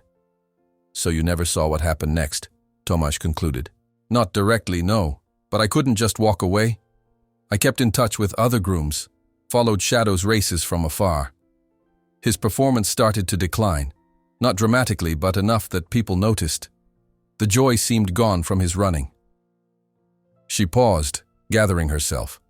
Then I heard he'd been sold to Nowak. I knew of Nowak's reputation, everyone in the racing world did, and I was sick with worry. I tried to find out more, even went to Nowak's facility once, but was turned away. Then Shadow disappeared from racing altogether. Some said he'd been injured. Others claimed he'd become unmanageable. I feared the worst. Tomasz nodded slowly, the pieces of Midnight's history finally coming together. Until he rebelled and nearly killed Nowak. I heard about that incident, Lena said. It was whispered about at tracks and stables. Some called it proof of the horse's dangerous nature, but I knew better. It wasn't violence. It was self-preservation. He was fighting back against years of abuse. And now he's here, Tomasz said softly. And now he's here, she echoed, her eyes filling with tears as she looked at Midnight. Alive and healing. When I heard rumors that the Black Shadow had resurfaced and was being rehabilitated by Tomasz Wilczynski, I had to see for myself. I couldn't believe it might actually be him, that he might have survived everything. Tomasz watched as Midnight pressed his forehead against the fence near Lena's hand, seeking contact. It was the most demonstrative the stallion had ever been with anyone besides himself. He remembers you, Tomasz said with certainty. You were kind to him during a dark time. That clearly meant something to him. Lena wiped away a tear. May I? Would it be all right if I went into the paddock? To be closer to him? Tomasz hesitated only briefly. Midnight's body language showed no signs of fear or tension. Quite the opposite. He was seeking connection with this woman from his past. Yes, he decided. I think that would be good for both of you. He led Lena to the gate, opening it slowly while keeping a careful eye on Midnight's reaction. The stallion remained calm, watching with alert interest as Lena stepped into his domain. Let him approach you, Tomasz advised quietly. Keep your movements slow and predictable. Lena nodded, stopping a few meters inside the gate and simply waiting, her posture relaxed but respectful. Midnight stood motionless for a long moment, ears forward, nostrils flared as he processed her scent more thoroughly now that there was no fence between them. Then, with deliberate steps, he approached. There was no hesitation, no wariness, just recognition and what appeared to be genuine pleasure at reuniting with someone who had once shown him kindness. When he reached her, Midnight lowered his head and gently pressed his forehead against Lena's chest, a gesture of such trust and affection that Tomasz felt his throat tighten with emotion. Lena closed her eyes, her hands coming up to stroke the stallion's neck with practiced gentleness. "Hello, old friend," she whispered. "I've missed you so much." Tomasz stepped back, giving them space for their reunion. There was something deeply moving about witnessing this connection across time and trauma, proof that kindness was remembered, that goodness could endure even through the darkest experiences. After allowing them several minutes together, Tomasz approached quietly. "Would you like to see what we've been working on?" he asked Lena. I was planning a training session this morning. She smiled through her tears. I'd like that very much. To Tomasz's surprise, Midnight seemed even more focused and responsive than usual during their session, as if eager to demonstrate his progress to his former caretaker. He accepted the saddle without hesitation, responded to the lightest aids, and moved with a fluid grace that showed his growing confidence. When Tomasz mounted, Midnight carried him proudly around the paddock, executing smooth transitions between gaits and precise turns with minimal guidance. It was their best session yet, and Tomasz couldn't help wondering if Lena's presence, this tangible connection to a happier time in Midnight's life, had contributed to the stallion's exceptional performance. He trusts you completely, Lena observed as Tomasz dismounted. I've never seen him connect with anyone like this, not even in his racing days. It's taken time, Tomasz replied, removing the tack and giving Midnight an affectionate pat, and a lot of patience on both our parts. What you've achieved is remarkable, she said, especially knowing what he's been through. They walked back to the fence, Midnight following behind them without being led, occasionally nudging Lena's shoulder as if to ensure she was still there. I have a question, Tomasz said as they leaned against the fence rail. You mentioned you run a sanctuary for abused horses now. Is that because of him? Because of what happened with Shadow? Lena nodded. After I was fired, I couldn't go back to working in traditional racing stables. I'd seen too much, knew too much about what happens behind the scenes, but I couldn't abandon horses altogether. They're my life. So I started small, taking in 1 or 2 rescued animals, rehabilitating them. Word spread, and eventually I founded the sanctuary officially. We have 15 horses now, all with stories of neglect or abuse. That's admirable work, Tomasz said sincerely. It's healing work, for them and for me. She glanced at him curiously. And what about you? How did you come to take on the challenge of rehabilitating the infamous, untamable Black Shadow? Tomasz smiled wryly. It started as a bet, if you can believe it. My neighbor Marek challenged me that no one could tame this horse. My pride got the better of me, and I accepted. A bet? Lena looked surprised. That seems rather frivolous for such a serious undertaking. It was, Tomasz admitted, and I'm not proud of my initial motivation. But somewhere along the way, everything changed. Midnight changed me more than I changed him, I think. Lena's expression softened. The best horses have that effect on us. They make us better humans, if we're willing to listen. They spent the rest of the morning sharing stories, Lena recounting tales from Midnight's racing days, Tomasz describing the slow, careful process of building trust with the traumatized stallion. By the time they paused for lunch, Tomasz felt as if he had gained a valuable ally in understanding Midnight's complex history. There's something I'd like to ask you, he said as Anna served them tea on the veranda. Would you consider visiting regularly? I think your presence has a positive effect on Midnight, and your expertise with traumatized horses would be invaluable. Lena's eyes lit up. I'd be honored. My sanctuary is only a few hours' ride from here, and I could arrange to come once or twice a week. Excellent, Tomasz said, feeling a sudden lightness at the prospect of having someone who truly understood Midnight's journey to share in his ongoing rehabilitation. That afternoon, as Lena prepared to depart, she stood at the paddock fence for a final moment with Midnight.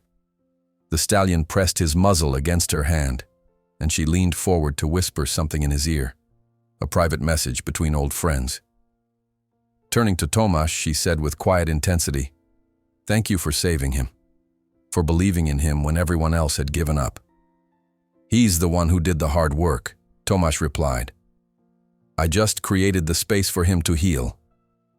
As they watched Lena's carriage disappear down the lane, Anna joined her brother at the fence. "She knows him," she observed. Not a question, but a statement. "Yes," Tomasz confirmed. "She was his groom during his racing days with Adamski, before everything went wrong. And she told you what happened? How he ended up with Nowak?" Tomasz nodded, his eyes on Midnight, who was grazing peacefully in the afternoon sun. "It makes me understand his trauma better. But more importantly, it helps me see who he was before the trauma, who he might become again, With time. Anna studied her brother's profile. You've grown quite attached to him. I have, Tomasz admitted without hesitation. More than I ever expected to. And the bet with Marek? The Harvest Festival is next week. She hesitated. Do you still plan to ride him there? To prove you've tamed him? Tomasz was quiet for a long moment, considering. I don't need to prove anything anymore, he said finally. And I'm not sure tamed is even the right word for what's happened between us. We formed a partnership, built on mutual trust and respect. That's worth more than winning any bet. So you won't take him to the festival? I didn't say that. Tomasz replied thoughtfully. Midnight has made incredible progress. He deserves to be seen, not as a spectacle or a conquered wild beast, but as the magnificent, resilient creature he is. If he's ready, and if he chooses to participate, then yes, we'll go to the festival together. Anna smiled, recognizing the wisdom in her brother's approach. And if he chooses not to? Then we'll stay home and continue our work together at his pace. Tomasz shrugged. The bet doesn't matter anymore. Midnight does. As if hearing his name, the stallion raised his head and looked toward them, his ears pricked forward in that attentive way that had become so familiar. Then, with a soft nicker, he trotted toward the fence, coming to stand beside Tomasz as naturally as if they had been partners for years rather than months. Tomasz reached out to stroke his gleaming neck, feeling the strong, steady pulse beneath his fingertips. What do you think, my friend? Are we ready to show the world who you really are? Midnight's answer was to press his forehead against Tomasz's shoulder, a gesture of trust and connection that spoke louder than words ever could. The day before the Harvest Festival dawned crisp and clear, with the faintest hint of frost glittering on the grass. Autumn had settled firmly over the countryside, painting the trees in fiery shades of red and gold. The estate buzzed with anticipation as servants prepared for the annual celebration that would bring together all the neighboring families and villagers. In the days following Lena's visit, Tomasz had continued working with Midnight, now with a deeper understanding of the stallion's past and a clearer vision for their future together. Lena had returned twice, each visit seeming to unlock new dimensions of confidence in Midnight. The horse that had once been deemed untamable now willingly accepted not only Tomasz as a rider, but also exhibited a growing comfort with the routines and rhythms of daily life among humans. Anna found Tomasz in the tack room early that morning, meticulously cleaning a handsome saddle that had belonged to their father. "You've decided then?" she asked, leaning against the doorframe. Tomasz ran a soft cloth along the supple leather, bringing out its rich chestnut glow. "Yes. If Midnight shows any signs of distress tomorrow, we'll turn around and come home immediately. But if he's willing, I think it's time the world saw who he truly is. Not the demon horse of rumor, but the magnificent, courageous being he's always been." "Marek sent a message," Anna said, handing him a folded note. "He's invited half the province to witness the outcome of your bet. It seems he still views this as a spectacle, even if you don't." Tomasz's jaw tightened as he read the message. Of course he does. To him, this was never about Midnight. It was about winning or losing, about public triumph or humiliation. "And to you?" Anna asked softly. "What is it about now?" Tomasz set aside the saddle and stood, his expression resolute. Justice, redemption, showing the world that cruelty doesn't have the final word, that trust can be rebuilt, that healing is possible. Anna smiled. "Then that's what tomorrow will be, regardless of what Marek or anyone else expects." They spent the day in careful preparation. Tomasz rode Midnight in the large meadow beyond the paddock, gradually expanding their range to build the stallion's confidence in more open spaces. He introduced Midnight to various sounds and sights that might appear at the festival: fluttering ribbons, clattering carts, the braying of donkeys from a neighboring farm. Throughout it all, the horse remained calm and attentive, taking his cues from Tomasz's relaxed confidence. In the late afternoon, Count Zaleski arrived for what had become his weekly visit to check on his former champion's progress. "The festival tomorrow," the Count remarked as they watched Midnight trot graceful circles in the meadow. Are you still planning to fulfill your wager with Kowalski? In a manner of speaking, Tomasz replied, though not in the way Marek imagines. The Count raised an eyebrow. Oh? I have no interest in proving that I've tamed an untamable horse. What I want to show is that Midnight, Shadow, was never the demon horse of legend. He was a creature responding to cruelty in the only way he could. And now that he's been shown kindness and respect, his true nature has re-emerged. The Count nodded thoughtfully. A far more meaningful victory than simply winning a wager. His eyes grew misty as he gazed at the stallion. When I sold him, all those years ago, I thought I was securing him the future he deserved. The guilt I've carried, knowing what happened instead. Tomasz placed a hand on the older man's shoulder. You couldn't have known. And now he has a new chance, we all do. That evening, after the Count had departed, Tomasz went to the paddock for his nightly visit with Midnight. The stallion came to him immediately, nickering a greeting. Tomorrow's the big day, Tomasz said, stroking the horse's sleek neck. The harvest festival. There will be many people, noise, excitement. If any of it becomes too much for you, you have only to tell me, and we'll return home. Midnight's dark eyes regarded him steadily, with an intelligence that never failed to move Tomasz. Sometimes it seemed the horse understood every word, every nuance of human speech. Whatever happens tomorrow, Tomasz continued softly, know that I'm proud of you, of how far you've come, of your courage, your willingness to trust again after humans gave you every reason not to. Midnight pressed his forehead against Tomasz's chest, a gesture that had become their private ritual of connection and mutual respect. Dawn broke golden and hazy on the day of the harvest festival. Tomasz rose early, his stomach tight with anticipation. He dressed with care in his finest riding clothes, not out of vanity, but out of respect for what the day represented. This wasn't merely the resolution of a foolish bet. It was Midnight's reintroduction to the world, a declaration of his renewed dignity. As Tomasz approached the paddock, he saw Anna already there, grooming Midnight with methodical care. The stallion's coat gleamed in the early morning light, his black mane and tail flowing like liquid silk. I thought I'd help prepare him, Anna explained, brushing a few stray bits of straw from Midnight's flank. He deserves to look his best today. Tomasz smiled gratefully. He does. Thank you. Together they finished the grooming. Then Tomasz presented the saddle and bridle as always, as offerings, not impositions. Midnight accepted them willingly, standing perfectly still as they were secured in place. I've had Jakub prepare the carriage for me, Anna said. I'll follow behind you to the festival, just in case. She didn't finish the sentence, but Tomasz understood. Just in case Midnight became overwhelmed. Just in case they needed to return home quickly. Just in case the day didn't unfold as hoped. Thank you, he said again, touched by his sister's quiet support. Leading Midnight from the paddock, Tomasz was struck anew by the stallion's majestic presence.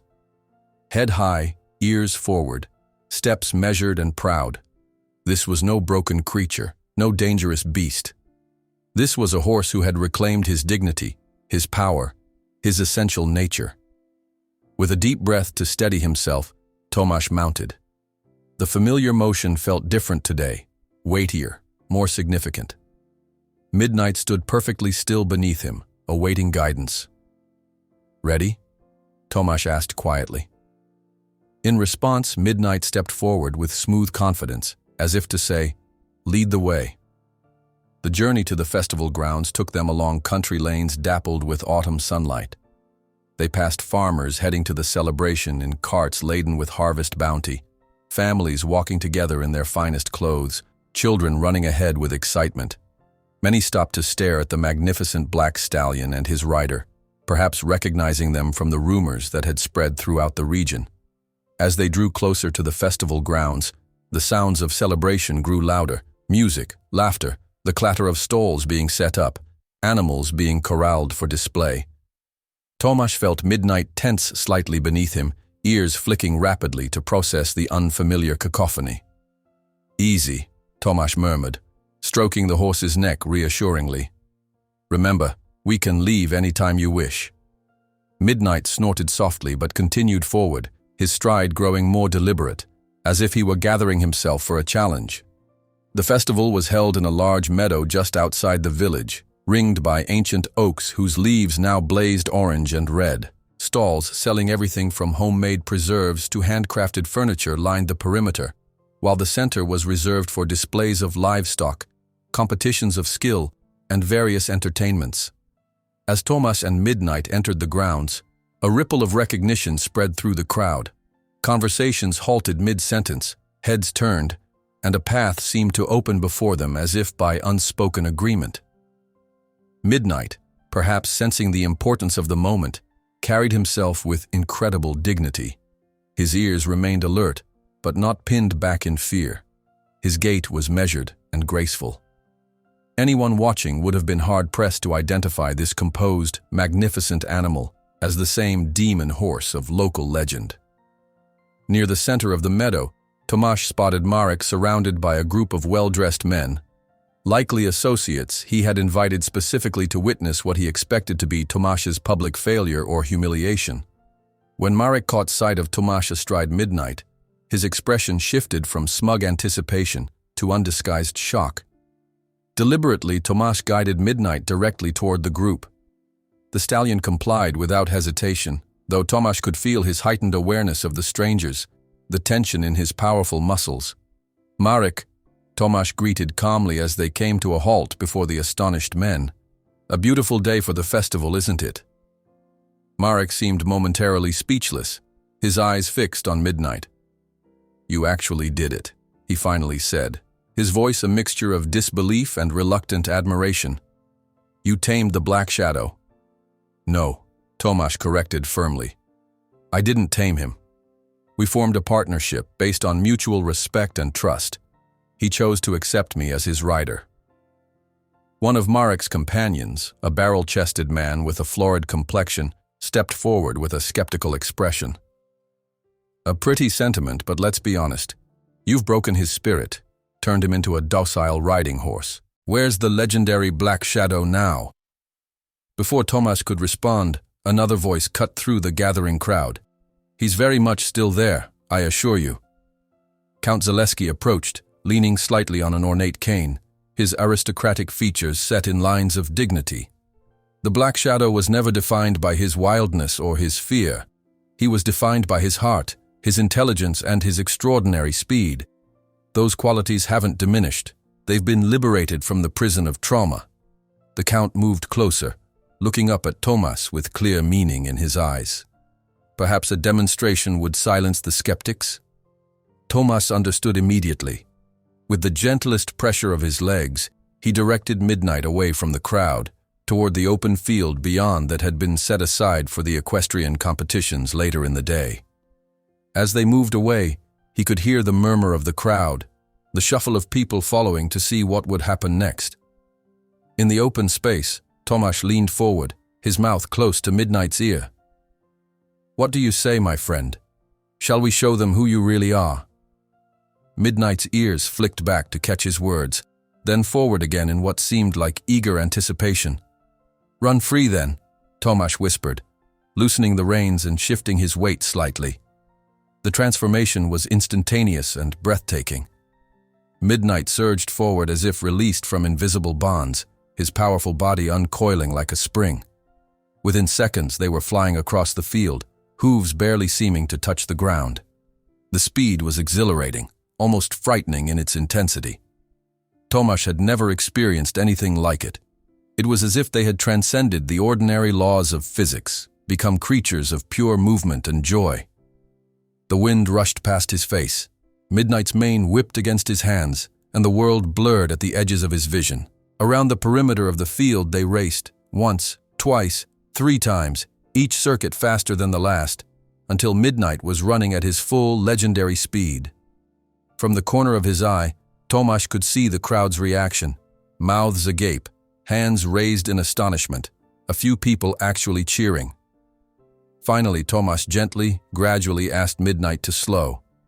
The stallion complied, transitioning smoothly from his thundering gallop to a canter, then a trot, and finally a collected walk, all with the precise control that spoke of not submission but partnership. As they returned to where Count Zaleski, Marek, and the others stood watching, Tomasz could feel Midnight's sides heaving with exertion, but also with what felt unmistakably like pride. The stallion's head was high, his eyes bright, his whole demeanor radiating satisfaction. The silence that greeted them was profound, a hush of collective awe. "That," Count Zaleski said into the quiet, "is the Black Shadow, undiminished, unbroken, perhaps even greater than before because now he runs from joy, not fear or compulsion." Marek stepped forward, his usual competitive demeanor subdued. "I concede the bet," he said, looking up at Tomasz with newfound respect. "You've done what no one thought possible." "It wasn't about the bet," Tomasz replied, loud enough for those gathered to hear. "It was about giving Midnight back his dignity, his trust, his joy in being who he was created to be." A soft murmur of appreciation rippled through the crowd. Tomasz dismounted, standing beside Midnight with one hand resting lightly on his neck. The stallion remained calm despite the press of curious onlookers, drawing strength from Tomasz's steady presence beside him. Anna pushed through the crowd to join them, her eyes shining with unshed tears of pride. "That was magnificent," she whispered. "Both of you." The rest of the day unfolded like a dream. Midnight accepted the attention of the festival-goers with remarkable grace, allowing children to stroke his nose, standing patiently while admiring farmers discussed his conformation, even tolerating the occasional sudden noise or movement that would have sent him into a panic just weeks before.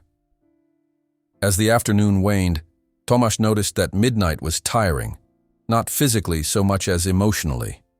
The constant stimulation, the unfamiliar environment, the prolonged exposure to strangers were taking their toll on his still healing psyche. Without hesitation, Tomasz made their excuses and prepared to depart. The bet had been settled, the point made. Midnight's well-being remained the priority. As they rode home in the golden light of early evening, Tomasz felt a profound sense of completion. Not an ending, their journey together was far from over, but the closing of one chapter and the opening of another. Whatever came next, they would face it together, horse and human, partners in the truest sense of the word. Midnight seemed to share this sentiment, his stride relaxed yet purposeful as they traveled the familiar road home. Occasionally he would turn his head slightly, catching Tomasz's eye as if to confirm that all was well between them. When they crested the final hill, the Wilczynski estate spread before them, bathed in the warm glow of sunset. Home, safety, peace. Tomasz felt Midnight's pace quicken slightly at the sight. "Yes," he said softly, patting the stallion's neck. "We're home. You did brilliantly today. I couldn't be prouder." And as they passed through the gates, Tomasz knew with absolute certainty that the bet with Marek, the trivial wager that had started it all, had resulted in the most precious victory of his life. Word of Midnight's triumphant appearance at the Harvest Festival spread rapidly through the province. Within days, visitors began arriving at the Wilczynski estate, horse trainers seeking to learn Tomasz's methods, owners of troubled horses hoping for advice, journalists from Warsaw wanting to document the remarkable rehabilitation of the Black Shadow. Even Krzysztof Nowak, Midnight's former abuser, sent a message requesting a meeting, which Tomasz firmly declined.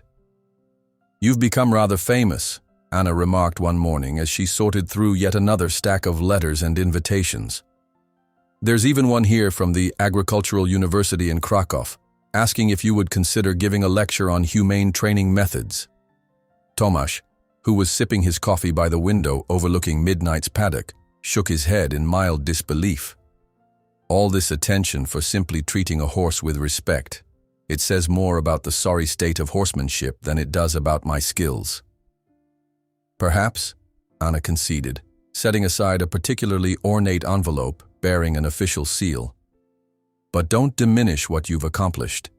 You've shown that kindness can succeed where force failed. That's a powerful message, especially coming from someone with your standing. Tomasz considered this as he watched Midnight grazing peacefully in the autumn sunlight. The stallion had recovered remarkably well from the excitement of the festival, returning to their daily routine with apparent contentment. "I'll think about the lecture," he said finally. "Though I'm not certain I have anything profound to say. I simply followed my instincts and listened to what Midnight was telling me." "And that," Anna replied with a gentle smile, "is precisely what others need to hear." Later that morning, Count Zaleski arrived, accompanied by Lena Adamska. The Count had been visiting more frequently since the festival, his pride in Midnight's rehabilitation evident in his beaming face and emotional embraces. Today, however, he seemed unusually solemn. "We need to discuss something important," he announced as they settled in the drawing room. "Something that concerns Midnight's future." Tomasz felt a flutter of unease. What about his future? The Count and Lena exchanged glances before the older man continued. "You've accomplished something extraordinary, Tomasz. You've not only rehabilitated a severely traumatized horse, you've restored his dignity and joy. It's been my privilege to witness this transformation." "But," Tomasz prompted, sensing there was more. "But I believe we must now consider what comes next for him," the Count said carefully. "Midnight, or Shadow as I still think of him, is a horse of exceptional breeding and ability. He deserves a purpose that honors those gifts." Tomasz stiffened slightly. "If you're suggesting a return to racing—" No, the Count assured him quickly. "Nothing of the sort. The competitive racing world would likely be too stressful given his history. But there are other possibilities." Lena leaned forward, her expression earnest. "The Count and I have been discussing an idea, a collaboration of sorts, between his resources and my sanctuary." "What kind of collaboration?" Tomasz asked, his protective instincts still on alert. "A specialized breeding and training program," she explained. "Using Midnight as a foundation sire for a new line of horses raised with gentle methods from birth. Horses that would be paired with carefully selected riders and used primarily for therapeutic riding programs." The Count nodded enthusiastically. "Think of it, Tomasz. Children with disabilities, traumatized veterans, people recovering from illness or injury, all benefiting from the gentle strength of horses descended from Shadow. It would be a legacy worthy of him." Tomasz sat back, considering the proposal. It was certainly a noble vision, one that would give Midnight an important purpose beyond simply being his personal riding horse. And where would this program be based? He asked, already suspecting the answer. "At my sanctuary initially," Lena replied. "Though we would need to expand our facilities significantly. The Count has generously offered to finance the necessary construction." "I see." Tomasz's voice was carefully neutral. "And Midnight would need to relocate there." "Yes," the Count confirmed gently. "But you would of course be welcome to visit as often as you wished, and we would value your continued input on his care." A heavy silence fell over the room. Tomasz stood and walked to the window, gazing out at the paddock where Midnight had found healing and hope. The thought of sending him away, even to a place as caring as Lena's sanctuary, created a physical ache in his chest. "This is a lot to consider," he said finally. "I understand the merits of your proposal, but you've formed a deep bond with him," Lena finished softly. "I see it every time you're together. It's beautiful, truly. There's no rush to decide," the Count added. "Take time to think about it, to consider what might be best for Shadow in the long term." After they departed, Tomasz sought out Midnight, finding him dozing beneath his favorite oak tree in the afternoon sun. The stallion's ears pricked forward at his approach, and he nickered a soft greeting. "They want to take you away," Tomasz said quietly, stroking the horse's glossy neck. "To give you a new purpose, a legacy beyond what I can offer you here." Midnight nudged his shoulder gently, dark eyes seemingly full of understanding. "Would you be happier there?" Tomasz wondered aloud. "With other horses, with a meaningful role in helping humans heal? Or would you feel abandoned again, betrayed by yet another human you trusted?" These questions haunted him throughout the day and into the evening. Anna found him still in the paddock as twilight descended, sitting with his back against the oak while Midnight grazed nearby. "The Count told me about their proposal before they left," she said, settling beside him on the grass. "You seem troubled by it." "Wouldn't you be?" Tomasz asked. "After everything we've been through together, to simply hand him over to someone else, no matter how well-intentioned." Anna was quiet for a moment, watching Midnight's graceful movements in the fading light. "Perhaps there's a third option," she suggested finally. "One that doesn't require such a stark choice." Tomasz turned to her, intrigued. "What do you mean?" "Why couldn't the breeding program be based here on our estate? We have the land, the facilities. Or could build what's needed. Lena could relocate her sanctuary operations here, with the Count's financial backing. Midnight would remain in his home, with you, while still fulfilling the noble purpose they envision." A spark of hope ignited in Tomasz's chest. "Do you think they would consider it?" "I don't see why not," Anna replied pragmatically. "The Count clearly cares deeply about Midnight's welfare, and Lena seems like a practical woman who would recognize the advantages of our location and existing infrastructure." The more Tomasz considered the idea, the more right it felt, not just for Midnight, but for himself as well. The notion of dedicating part of the Wilczynski estate to healing traumatized horses and helping vulnerable humans resonated deeply with the transformation he himself had undergone through his work with Midnight. The next morning, he wrote to both the Count and Lena, outlining Anna's suggestion and inviting them to discuss it further. Their responses came swiftly, both expressing enthusiasm for the alternative arrangement. Within days, they reconvened at the estate, this time with an architect and a veterinary specialist who worked with therapeutic riding programs. Together, they walked the property, identifying ideal locations for new stables, paddocks, and an indoor riding arena that could be used year-round. "This could be something truly remarkable," the Count said, his eyes alight with excitement as they reviewed preliminary sketches. "Not just a breeding program or a sanctuary, but a comprehensive center for equine-assisted therapy and education." Lena nodded, her practical nature already focused on logistics. "We could start small, with just a few horses from my current sanctuary. Expand gradually as we develop our methods and reputation." "And Midnight?" Tomasz asked, the question that mattered most to him still hanging in the air. "Would remain exactly where he is," the Count assured him, "in his home, with the human he trusts. But he would also have the opportunity to sire a new generation of horses raised with the same respect and gentleness he has finally found with you." That evening, as plans and possibilities swirled in his mind, Tomasz took Midnight for a long ride through the estate's extensive forests. The autumn colors were at their peak, leaves of gold and crimson drifting down around them as they moved in perfect harmony along familiar trails. "What do you think of all this?" Tomasz asked as they paused in a small clearing. "A whole new chapter for both of us. Not what I imagined when I bought you on a foolish wager, but then, nothing about our journey has followed the expected path, has it?" Midnight snorted softly, pawing at the leaf-strewn ground in what Tomasz had come to recognize as a gesture of contentment. Over the following weeks, the vision for what they began calling the Wilczynski Equine Therapy Center took shape with remarkable speed. The Count, energized by the project, provided not only financial backing, but also connections to potential donors and partners. Lena's practical experience with traumatized horses proved invaluable in designing specialized facilities that would accommodate their unique needs. Throughout it all, Midnight remained a central figure, not just as the inspiration for the center, but as an active participant in its development. Tomasz began introducing him to small groups of children from the local orphanage, carefully supervising these interactions to ensure the stallion never felt overwhelmed.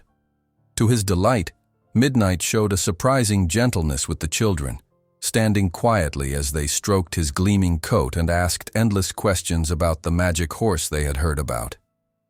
"He seems to understand they're vulnerable," Lena observed after one such session. "Just as he was. There's a recognition there, a special kind of empathy."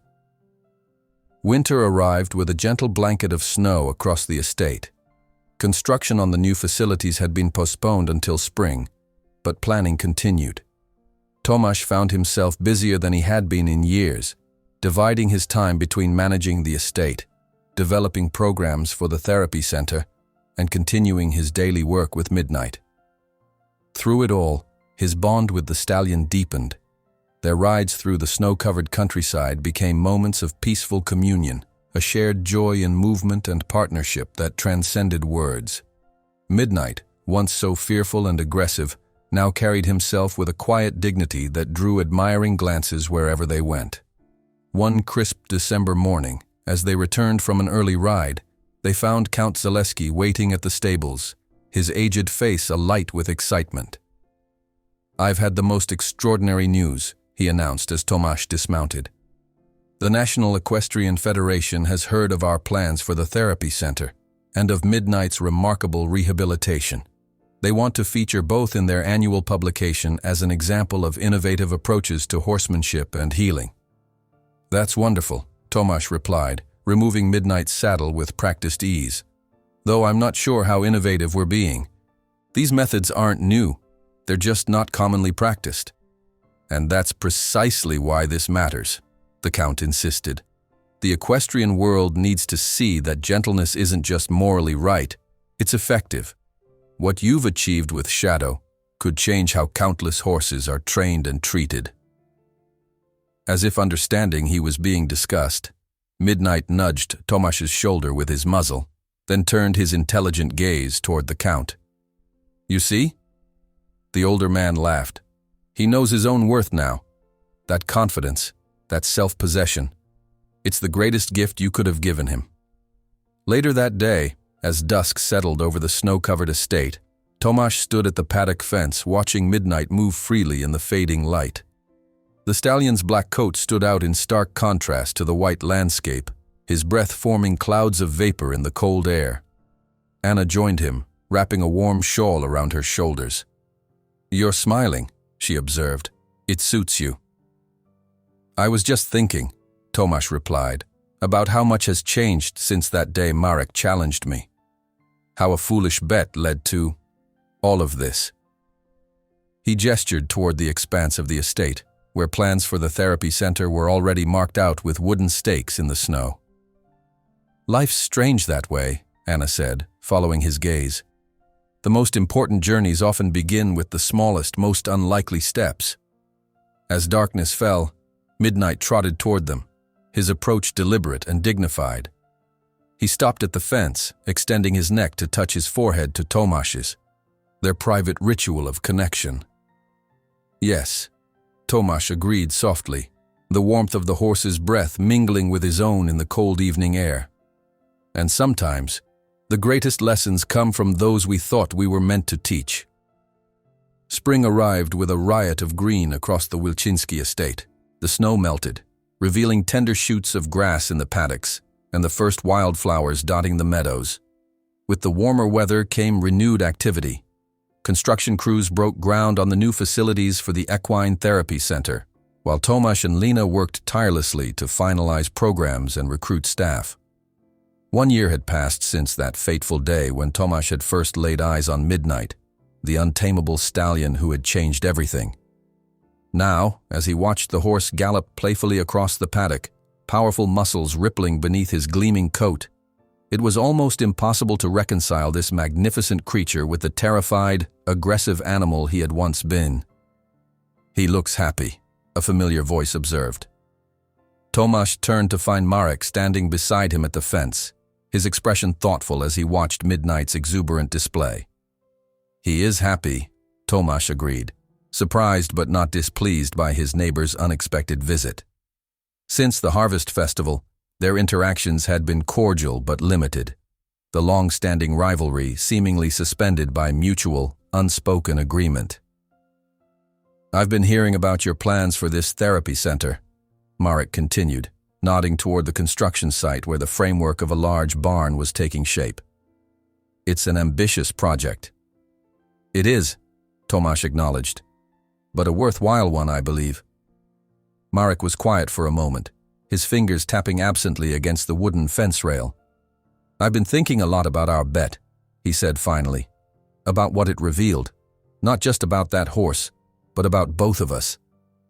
Tomasz waited, sensing there was more to come.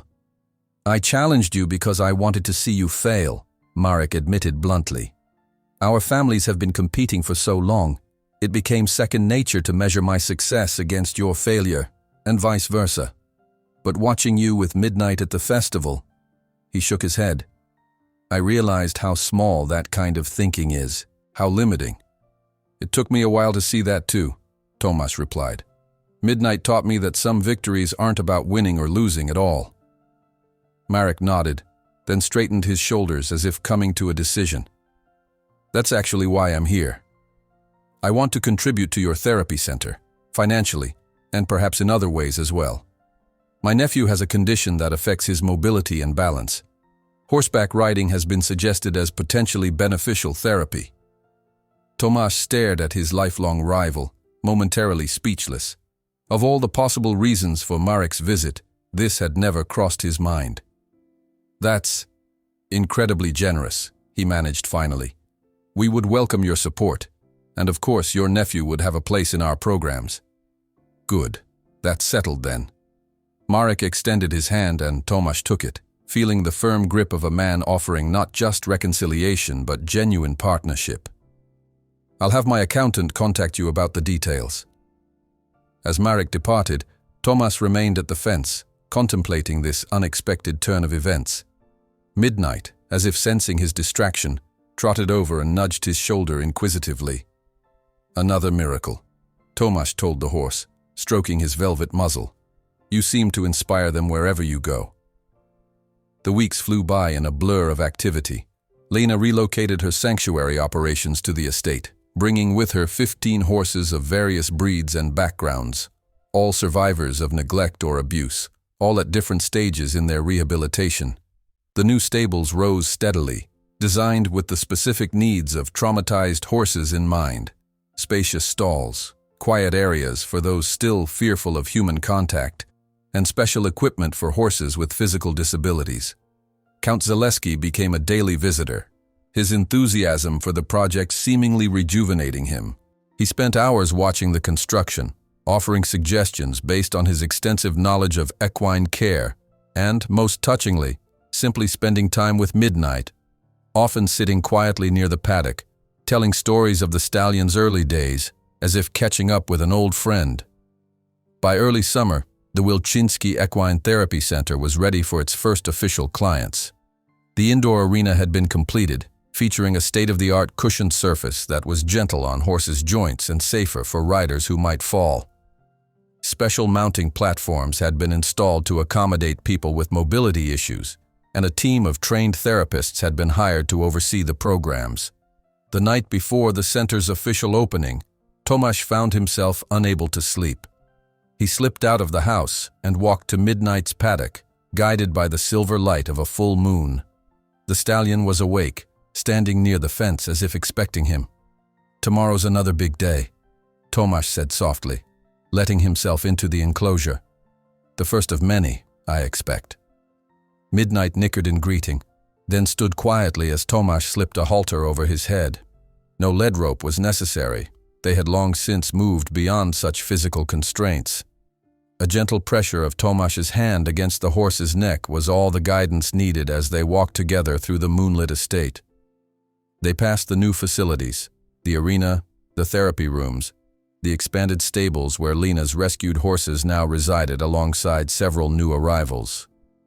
Beyond these lay the training rings where staff were learning Tomasz's gentle methods, and further still, the guest house where families would stay while their children participated in longer therapy programs. It was more than Tomasz had ever envisioned when he had impulsively accepted Marek's wager a year ago. What had begun as a foolish competition had evolved into something profoundly meaningful. A place of healing not just for horses, but for humans as well. At the crest of a small hill overlooking the estate, Tomasz stopped. Midnight halted beside him, his dark eyes reflecting the moonlight as they gazed together at what they had helped create. I never thanked you properly, Tomasz said, his voice thick with emotion. For trusting me when you had every reason not to. For teaching me patience, humility, the true meaning of partnership. He turned to face the stallion directly. "You've given me far more than I could ever give you." Midnight's response was to press his forehead against Tomasz's chest, their now familiar gesture of connection that needed no words.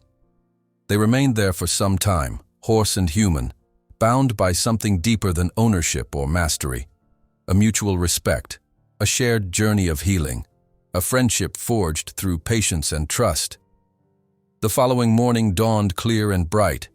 By mid-morning, the estate was filled with visitors, local officials, press, donors, and most importantly, the first group of therapy clients. Among them was Marek's nephew, a solemn-faced boy of about 10, whose eyes widened with wonder when he saw Midnight. "Is that the magic horse from the stories?" he asked, tugging at his uncle's sleeve. Marek smiled, catching Tomasz's eye over the boy's head. "Yes, Alexei, that's the famous Black Shadow. And if you're very lucky, you might get to meet him someday." "Actually," Tomasz said, approaching them, "Midnight has been specially trained to work with children. If your uncle agrees, perhaps you'd like to be introduced to him today." The boy's face lit up with such hope that any lingering doubts Tomasz might have had about the center's purpose vanished completely. This moment of possibility, of joy breaking through fear or limitation, was exactly what Midnight's story had always been about. With Marek's permission, and under Lena's careful supervision, Alexei was introduced to Midnight in the quiet of the small paddock reserved for individual therapy sessions. The stallion, as if understanding the boy's fragility, was extraordinarily gentle, lowering his head to be stroked, standing perfectly still as Alexei explored the texture of his mane with wondering fingers. "He likes you," Tomasz told the boy, noting Midnight's relaxed posture and soft eyes. "How can you tell?" Alexei asked, clearly entranced. "His ears are forward, his eyes are calm, and see how he's leaning slightly toward you? Those are all signs that he feels comfortable and interested. I think he's the most beautiful horse in the world," the boy declared with the absolute certainty of childhood. Tomasz smiled. "I think so too." The day continued with speeches, demonstrations, and guided tours of the facilities. Count Zaleski, as honorary president of the center's board, delivered a moving address about the transformative power of the human-animal bond. Lena showcased the progress of several rescued horses who were now ready to participate in therapy sessions. Anna, who had quietly but effectively managed countless logistical details to make the day possible, received a standing ovation when Tomasz acknowledged her contribution. Throughout it all, Midnight remained a calm, dignified presence, allowing himself to be admired but never overwhelmed, accepting the attention of carefully selected visitors but clearly drawing strength from Tomasz's nearness. No longer the terrified, aggressive animal who had arrived at the estate a year ago, nor the broken spirit who had endured such cruelty. He had become something new, a healer in his own right, a teacher of patience and courage, a living testament to the power of second chances. As the sun began to set and the last visitors departed, Tomasz found himself once again at the paddock fence with Anna, watching Midnight graze peacefully in the golden evening light. "So," Anna said, a smile playing at the corners of her mouth, "was it worth it? The bet? The struggle? All of it?" Tomasz considered the question, his gaze moving from Midnight to the new facilities, bustling with staff preparing for the next day's sessions, then back to the magnificent black stallion who had started it all. "More than worth it," he replied, "though I'm not sure I can take much credit. Sometimes I think Midnight knew exactly what he was doing all along, choosing me as much as I chose him, guiding me toward what we both needed to learn." Anna laughed softly. "Listen to you, the pragmatic businessman turned horse philosopher. It's what happens when you open yourself to the wisdom of beings who don't speak our language but understand things we've forgotten," Tomasz said, not at all embarrassed by the transformation she was gently teasing him about. As twilight deepened into dusk, Tomasz entered the paddock for his nightly ritual with Midnight. No halter was needed now. They moved together in perfect understanding, taking their customary walk around the perimeter of the estate that had become their shared home. Near the crest of the hill where they had stood the night before, Tomasz paused, looking back at what they had built together. Not just the physical structures, but the community of healing that was taking root there. "What do you think, my friend?" he asked softly. "Have we come full circle?" Midnight's answer was to break into a sudden, joyful canter, circling Tomasz with the fluid grace that had earned him his racing name. Then, just as suddenly, he stopped before Tomasz, lowering his proud head to touch his human partner's heart. In that touch was everything: gratitude for the past, contentment in the present, hope for the future. A silent promise that whatever came next, they would face it together. Two souls who had found in each other the courage to trust again, to heal, to become more than they had been before. And in that moment, Tomasz understood that their journey had indeed come full circle, not ending where it began, but spiraling upward to a new beginning, rich with possibilities neither of them could have imagined when a proud man had made a foolish bet about an untamable horse.